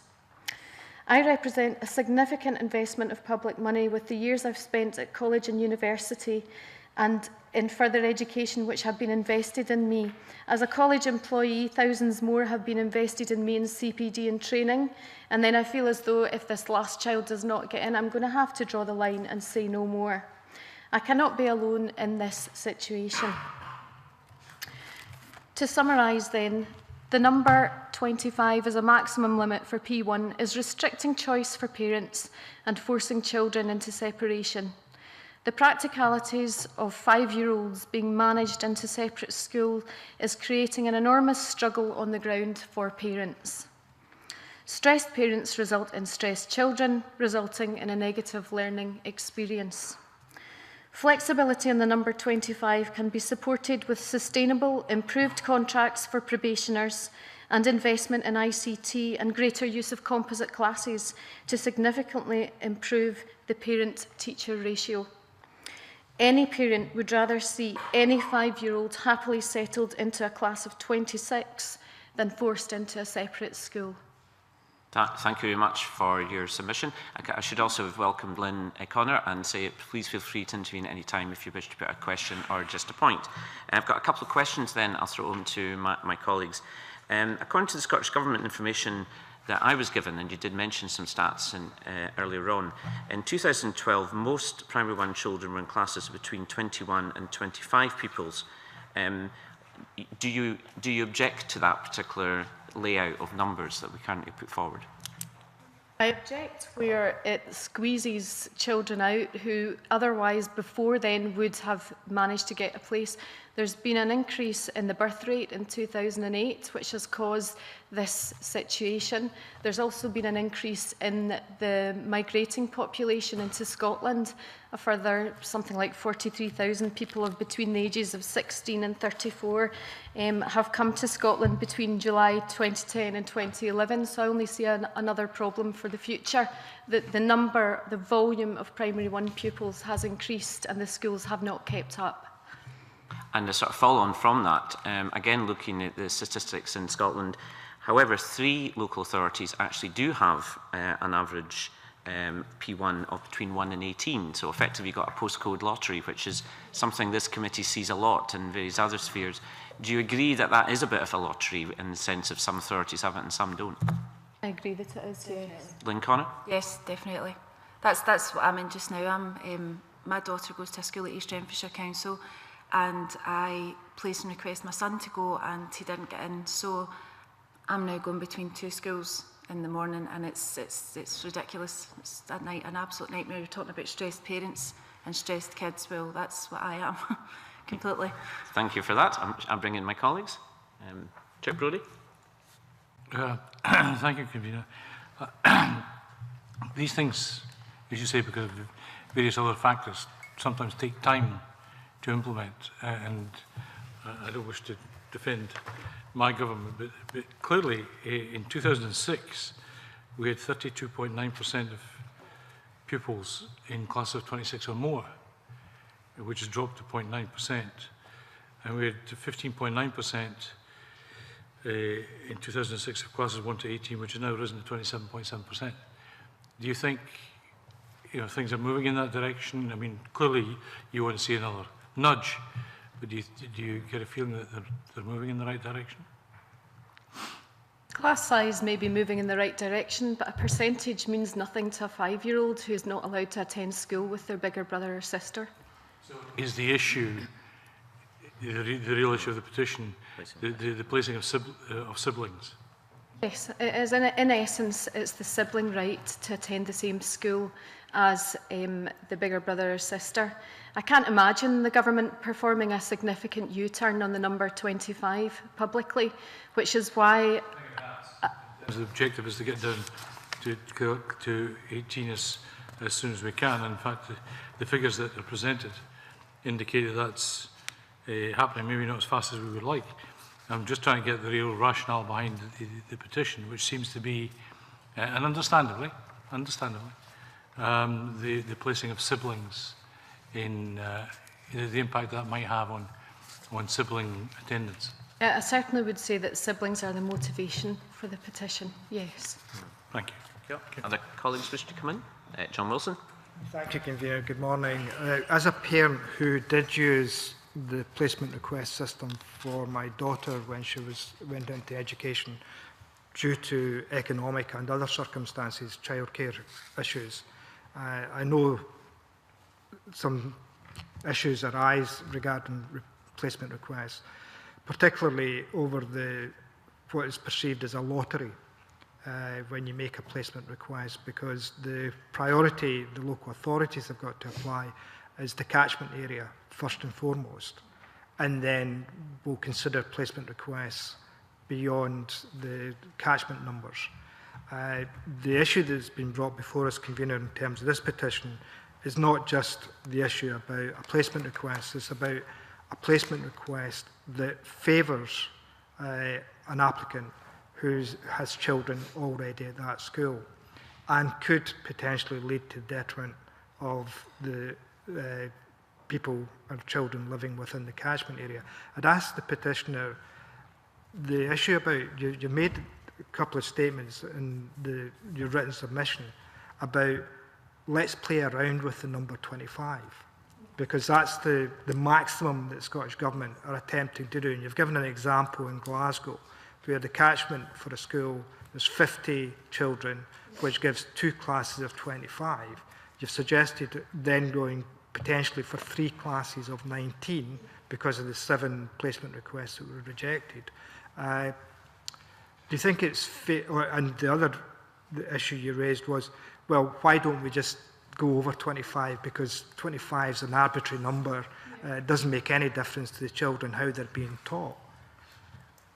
Is that what you're effectively saying, is we'll turn around the perceived thinking on educational attainment in terms of classroom sizes to accommodate placement requests because there are siblings within the school? I would say that if the pupil-teacher ratio could be improved, if there's not a physical opportunity to add another class to a school. So, for example, if it was Battlefield Primary School where my daughter goes, if each and every one of the classrooms are full, I wouldn't like to see another class of P1 created and then being taught, for example, in the dining hall in an unsuitable situation like that, unless there's obviously considerable investment into the physical resources that could support a school, then you can't simply just add classes, obviously. But I would have said that the number in the class, if it's at 25 and one more has to be squeezed in, then surely that one more is not going to make a significant difference to the 25 that are in class if it's been proven that the number 18 is the effective number to aim for.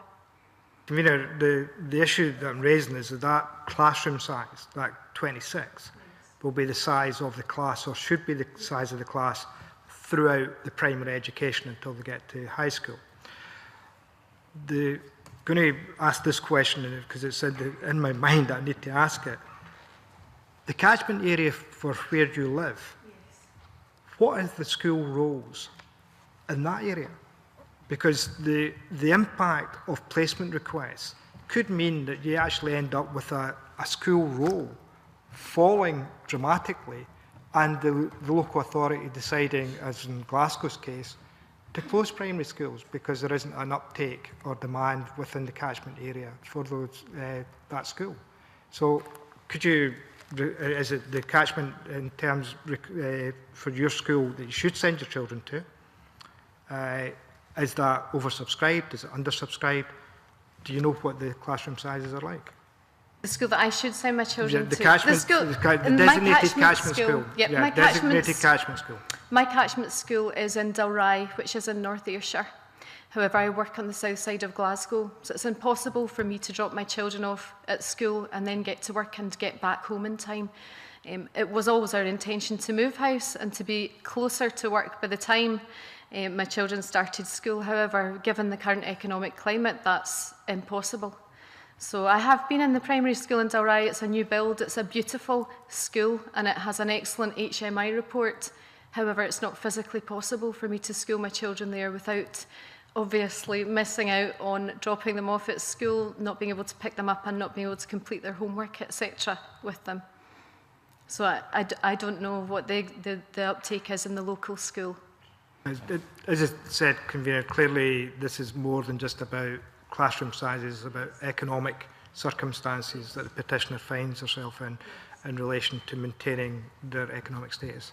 But I thank the petitioner. I can bring in Anne McTaggart, then Jackson Carlow. Yeah, thanks, Convener. I think my question's just been asked here. It was about, obviously, the designated school that they should have went to. But, Convener, I would be interested for us to ask the Scottish Government and COSLA if they're of mind for to be looking at these class sizes, because obviously we're getting, and I hear your pain, having been there, you know, that there is difficulties here. So it would be for us to ask if they are of mind to look at this situation. Or a question for the Scottish Government. Right, thank you for that. And COSLA, thank you. Jackson Carlow. Thank you, Convener. I've toured that school in Dalry, and it's a very nice modern facility. I hope this doesn't sound unfriendly, but I'm trying to get to a point at the end of it. You've referred to a sibling right, and I'm not actually sure that I recognise that as a right. I haven't any evidence, I think, that siblings who are educated in different schools have suffered. In fact, some parents have consciously chosen for them to be educated in different schools so that one isn't bound by the reputation of the other and are able to operate individually. I understand the desirability from a parental point of view, and I understand that, and I respect the fact that in some families that actually might be what the children would like to do, and it does prove to be of benefit to them. But I don't know that I would accept that them not being at the same school in some way is fatal or an undermining either of their confidence or their education. But is the essential point you're trying to get to here that with the anticipated increase in the primary one population that is forecast, that the drive to reduce the class size at the present time is going to exacerbate what you identify as a problem in relation to siblings in the immediate years ahead, and that what's needed is some flexibility through this bubble in order that it isn't totally prejudiced against siblings in the way you think it might now be. Is that essentially the point? That's essentially the point. That's beautifully put. Thank you. Right. That's made his day, I have to say. Thank you. Lynn Connor, would you wish to add anything? All I was going to say to that was my son was taken and seen by a child psychologist for his development and his behaviour, and they had put forward that going to the same school as his sister would be very beneficial to him, and he still doesn't really understand why he's not going to the same school as his sister. Every day when he goes, he says, why am I not going with Grace? And he just can't understand it. And it's very difficult for me as a parent to go, tough luck, son, you need to go there. Convener, I tried to say I thought there needed to be a degree of flexibility in all of that, because in some families it could be quite the contrary. I mean, I know that there are some siblings who can't stand the sight of each other in the same room, probably would hate to think they were in the same school. But I understand, and I think what we're seeing at the moment is that the system is precluding a judgment based on what is the appropriate need, because we are driving towards what is a perfectly desirable objective, but in a situation where there is a bubble in the population which is exacerbating it. I think I understand. With that question, David Torrance. As somebody who's dealt with a lot of these requests for constituents, because I have certain primary schools within my area which are highly sought after for children to go to. The school can predict who's coming in future, and any parent who gets a placement in these certain areas are told there is no guarantee, because they know their role in 2 or 3 years' time, that any other children are going to get in. And parents do accept that. Because I've also had on the same hand parents within the catchment area who live there who cannot get into schools because of the number of placement requests in certain schools are so high and they've been accepted. So, to me, is it not somebody who lives in that catchment area has priority first to be there? To a certain extent, but then if it's such a good school, why can an investment not be made in a porta cabin and a probationer teacher who's not been employed from the 25% who never got into work between 2011 and 12 to bolster that fabulous school and continue to produce fabulous pupils and a sustainable workforce for Scotland in the long term? Can I just, one of the schools I'm talking about, there's more porta cabins in that playground. It's disappeared totally, just because it's so popular and there's such a population around that area. So, and the school is now really struggling to take any placement requests because of the new houses that's been built in the area and things like that are now in the catchment area.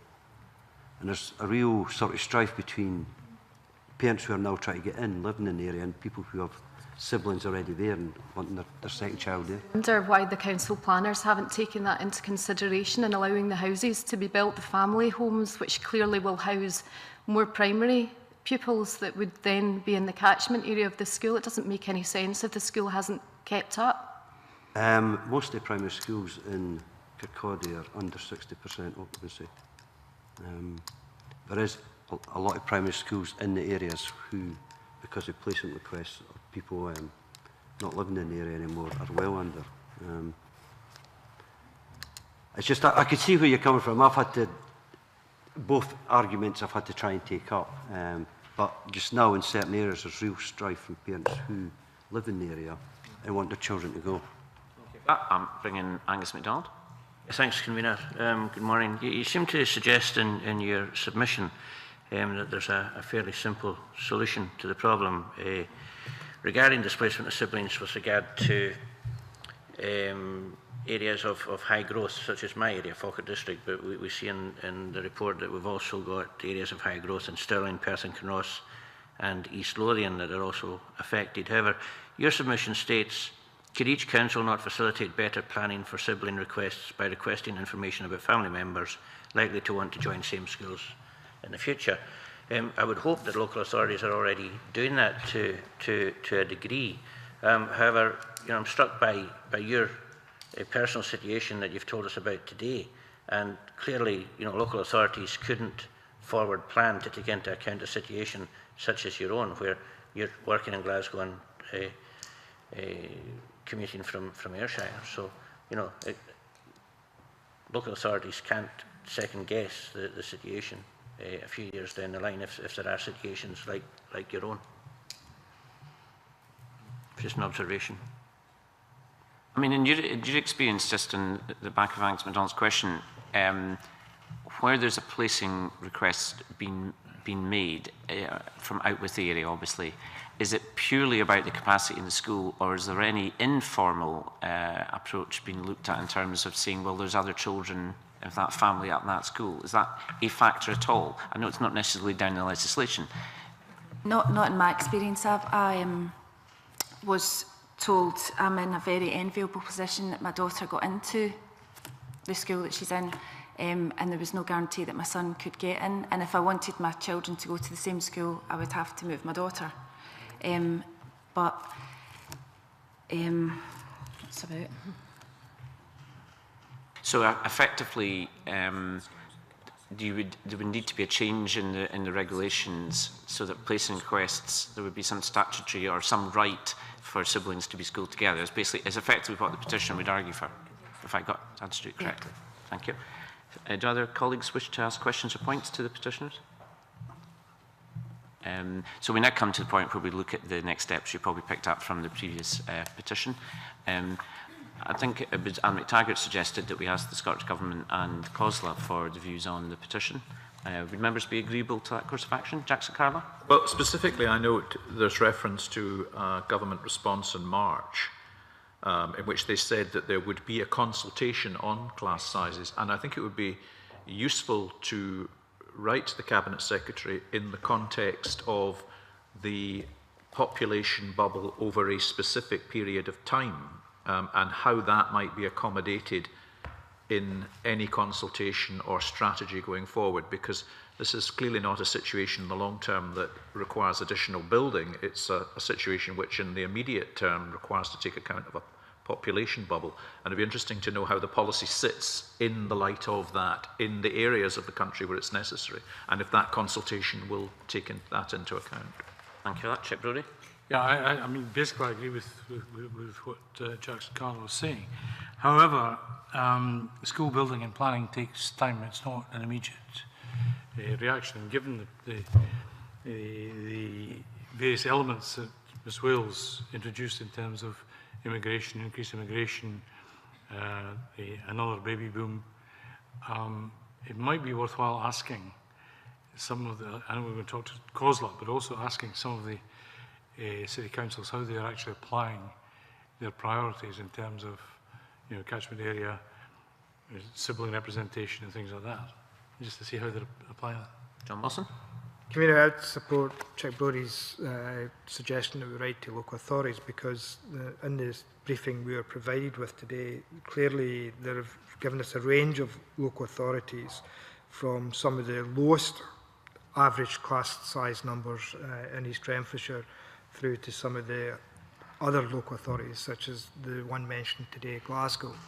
I would be keen to write to a couple of these authorities to find out how they make the decisions regarding the classroom sizes, and potentially what constraints there may be in relation to the classroom, increasing the number of classes themselves, because clearly, if my memory serves me correctly, Battlefield may be bursting at the seams, and there's no spare capacity to actually. It would be useful to check that out, convener, because, and the other interesting thing is, and this goes back to the classroom size, is that I know particularly East Renfrewshire one, and I'm sure Jackson Carlo will be able to confirm or deny this being a very close follower of what happens in East Renfrewshire, is that East Renfrewshire as a local authority has one of the highest educational attainments in Scotland in secondary schools. So in terms of clearly, is there a correlation between the classroom size at 15.5 to the educational attainment in year 5, 6 at secondary school because of the advantages that have been given to pupils from a very early age? I think that's a useful point. It's probably useful as well asking one of the local authorities that does have the lower class size as well, maybe a mixture of urban and rural. Yeah. Any other points? Yeah, just on one of the things that does concern me, and I know there will be reasons for it, but for a parent to ask whether their child is on the waiting list and not receive any information, I find opens or doesn't open. In fact, keeps a very closed lid on what is actually, and I think it's important that there is some communication, because it can then inform a decision to be made by a family regarding where they are, where they stay, and the children's education. And I just wish councils would get the message that they have to be much more open with information than they currently are. Thank you for that. Are members agreeable then we continue this petition? I think technically what we're asking the Scottish Government to do is when do they expect to consult on class sizes, writing to COSLA and a cross-section of local authorities, to John Wilson's point. Is that agreeable to everyone? Yep. Yeah. Can I finally thank our two petitioners today? Thank you for coming along. I know it's always difficult coming into the Parliament and giving evidence, but you were both models on how that's done, so thank you very much. And I will suspend for 1 minute. Thank you for coming along.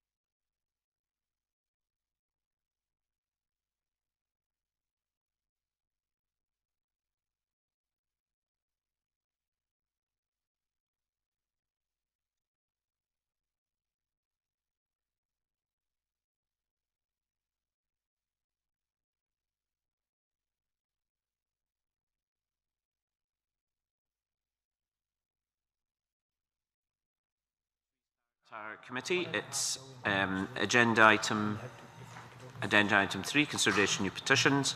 There are 5 current petitions. The next current petition is PE 1404 by Stephen Fife, behalf of Diabetes UK Scotland and access to insulin pump therapy.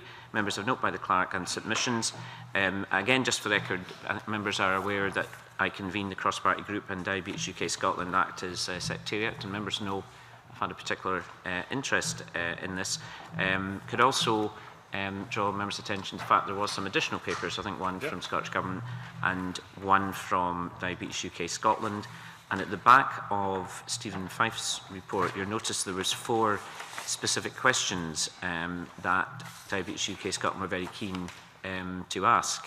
And with permission, I'd just like to ask that we actually put these questions to Scottish Government, because they're around issues such as, given the fact that there's been a slippage in these targets, how confident is the Scottish Government about meeting the new deadlines? I think the point the members will be aware of when we're at Stornoway particularly was about the postcode lottery, that some health boards, are very, very good, and some have got special measures, and some are just about there. So I think there's a feeling that some of these targets aren't going to be met. I've always been clear, I think the Scottish Government targets are good. The problem isn't the targets. Both targets for under 18 and over 18 are good and should be encouraged for insulin pumps. The issue is, first of all, is what do we do with the health boards that are not achieving these targets? So the second point was about what mechanisms are in place to monitor and support health boards. And the third one is what assurance can be given to parents that once a child has gone through the initial transition to the pump, will it be accessible and will be ongoing support. So the first 3 questions I think are quite vital we get something back from government. So my recommendation is that we put these 3 questions to government, and once it's back, we then make a decision about whether we need to terminate the petition at that stage. John Wilson. Convener, I noted when the Minister gave evidence to the committee on insulin pumps, he made reference to local authorities, health boards reaching targets, and he gave an assurance that he expected all health boards to reach the targets by 2014. However, following that committee meeting, the Minister had to issue a statement saying that following discussions with NHS Highland and NHS Lanarkshire, these targets had to be revised because their expectation of delivery of these targets would now be 2015. Could I suggest when we write to the government with the questions that we also ask the government what assurances have been given by these health boards that these targets will be in place within the timescale, the revised timescale, and why the targets for these 2 health boards don't seem to match the national targets being set by other health boards throughout Scotland, and what are the peculiar or the individual circumstances in both these health boards that mean they won't be able to reach the targets in line with every other health board. Are the committee agreeable that we follow up John Wilson's points along with the point I made earlier? And Jackson Carlow, I think you had a point. Yes, Convener. There are certain petitions that come before us where the will expressed is not then matched by the deed in action.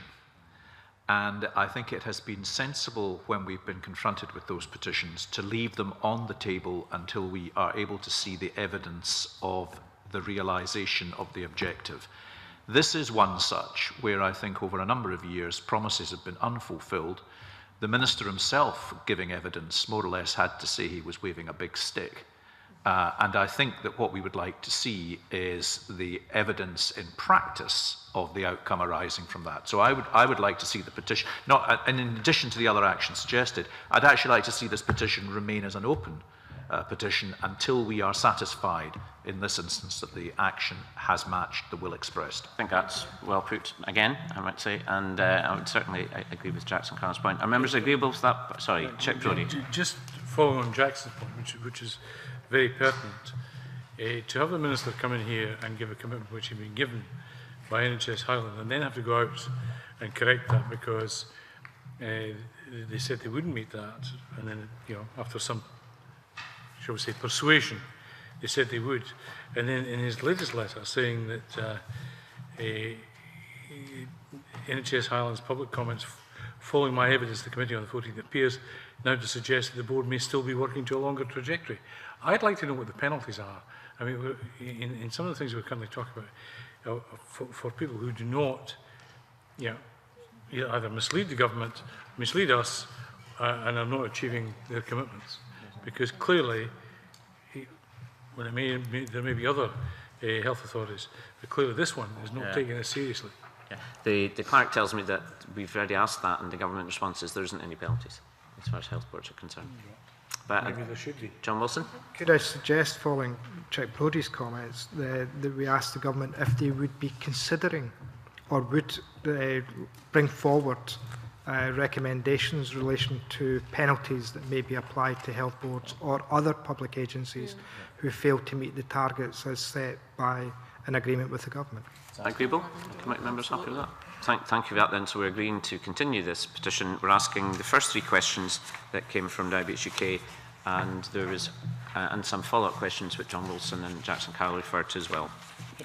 I move on to the next petition is PE 1453 by Caroline Wilson on behalf of the Evening Times and Kin Research UK Scotland on an opt-out system of organisation Scotland. Members of the letter that came in from Drew Smith over the weekend. And members recall that we took evidence from Evening Times. I think this was a well-researched, very polished petition. Just to draw your attention to Drew Smith's extra letter, he has suggested that we take evidence from the Welsh Assembly Government and Mike Drakesford AM directly. The Scottish Government's argument, as you know, is that they're seeking evidence from Wales on this issue. So in a sense, what we could do is facilitate their argument by getting some further information from the Welsh Assembly, probably a little bit quicker perhaps than they might be able to do it. Anne McTaggart? Yes, thanks, Convener. I think it's too important an issue for us not to. I think it would enhance the petition if we are able to seek some of that evidence from Wales as soon as we can to further the petition. Thank you for that. The clerk reminds me that I think it's December 15 is the new procedures in Wales, but nevertheless, it's been interesting to look at the sort of thought mechanisms that led to these proposals in Wales. Jackson Carroll? I mean, this is an issue where I think most parties, if I'm right, allow their members to come to an individual personal conclusion. And there are, even where there is sympathy, concerns expressed on all sides. And I've posed some of these, albeit I'm in sympathy with the proposition.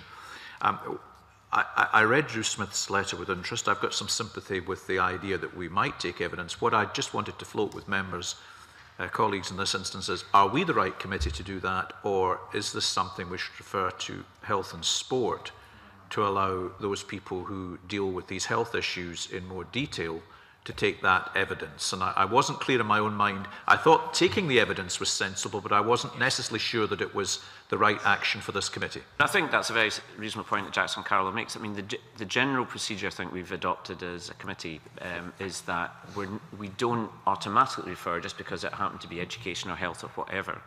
For the firstly, because we can't guarantee that other committee would necessarily be able to carry it out straight away. Some committees, as you know, are extremely logjam, like justice, and it's very, very difficult for them to do anything other than legislation. And I know that I get these comments back at the conveners group quite regularly from other conveners. Also, the clerks work very closely together. So if a petition relates to work that's carried out by another committee, as you see further down the agenda, then there's a strong recommendation that we do refer it on to that other committee, which makes a lot of sense. My understanding is that I don't think Health Committee are doing any work on this immediately. So it would be up to us to decide whether we wish to do it. Nevertheless, Jackson Carroll makes a fair point. If members think it's better placed in health than in sport, that's fine.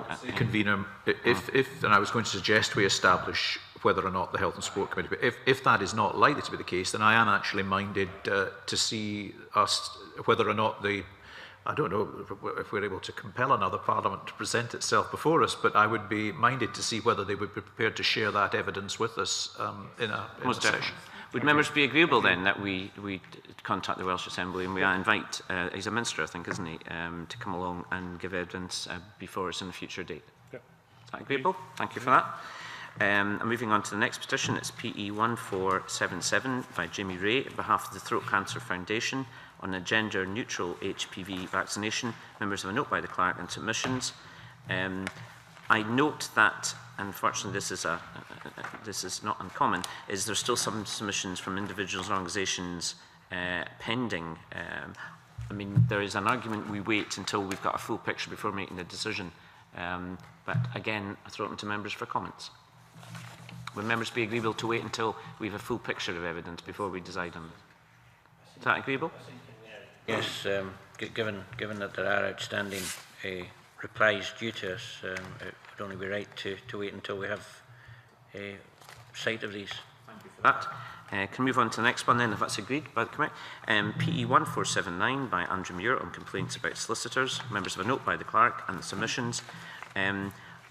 I would suggest that we actually refer to the Justice Committee under Rule 15.6.2, as the Justice Committee has taken some of these issues forward, and I think the Minister will obviously update the committee on some of these developments, but I would certainly suggest we refer it to Justice.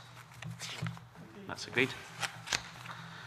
The final petition is PE 1481 by Pat Rafferty, Harry Donson and Harry Frew on behalf of Unite, GMB and UCAT on an ending to blacklisting in Scotland. Members have a note by the clerk and submissions. Again, I think there's an argument to refer this very good petition to the Infrastructure and Capital Investment Committee as part of its scrutiny on the forthcoming procurement bill. And I think the STUC, among others, suggested that that was an important route, certainly going via procurement. Is that agreeable to members of the committee? Thank you.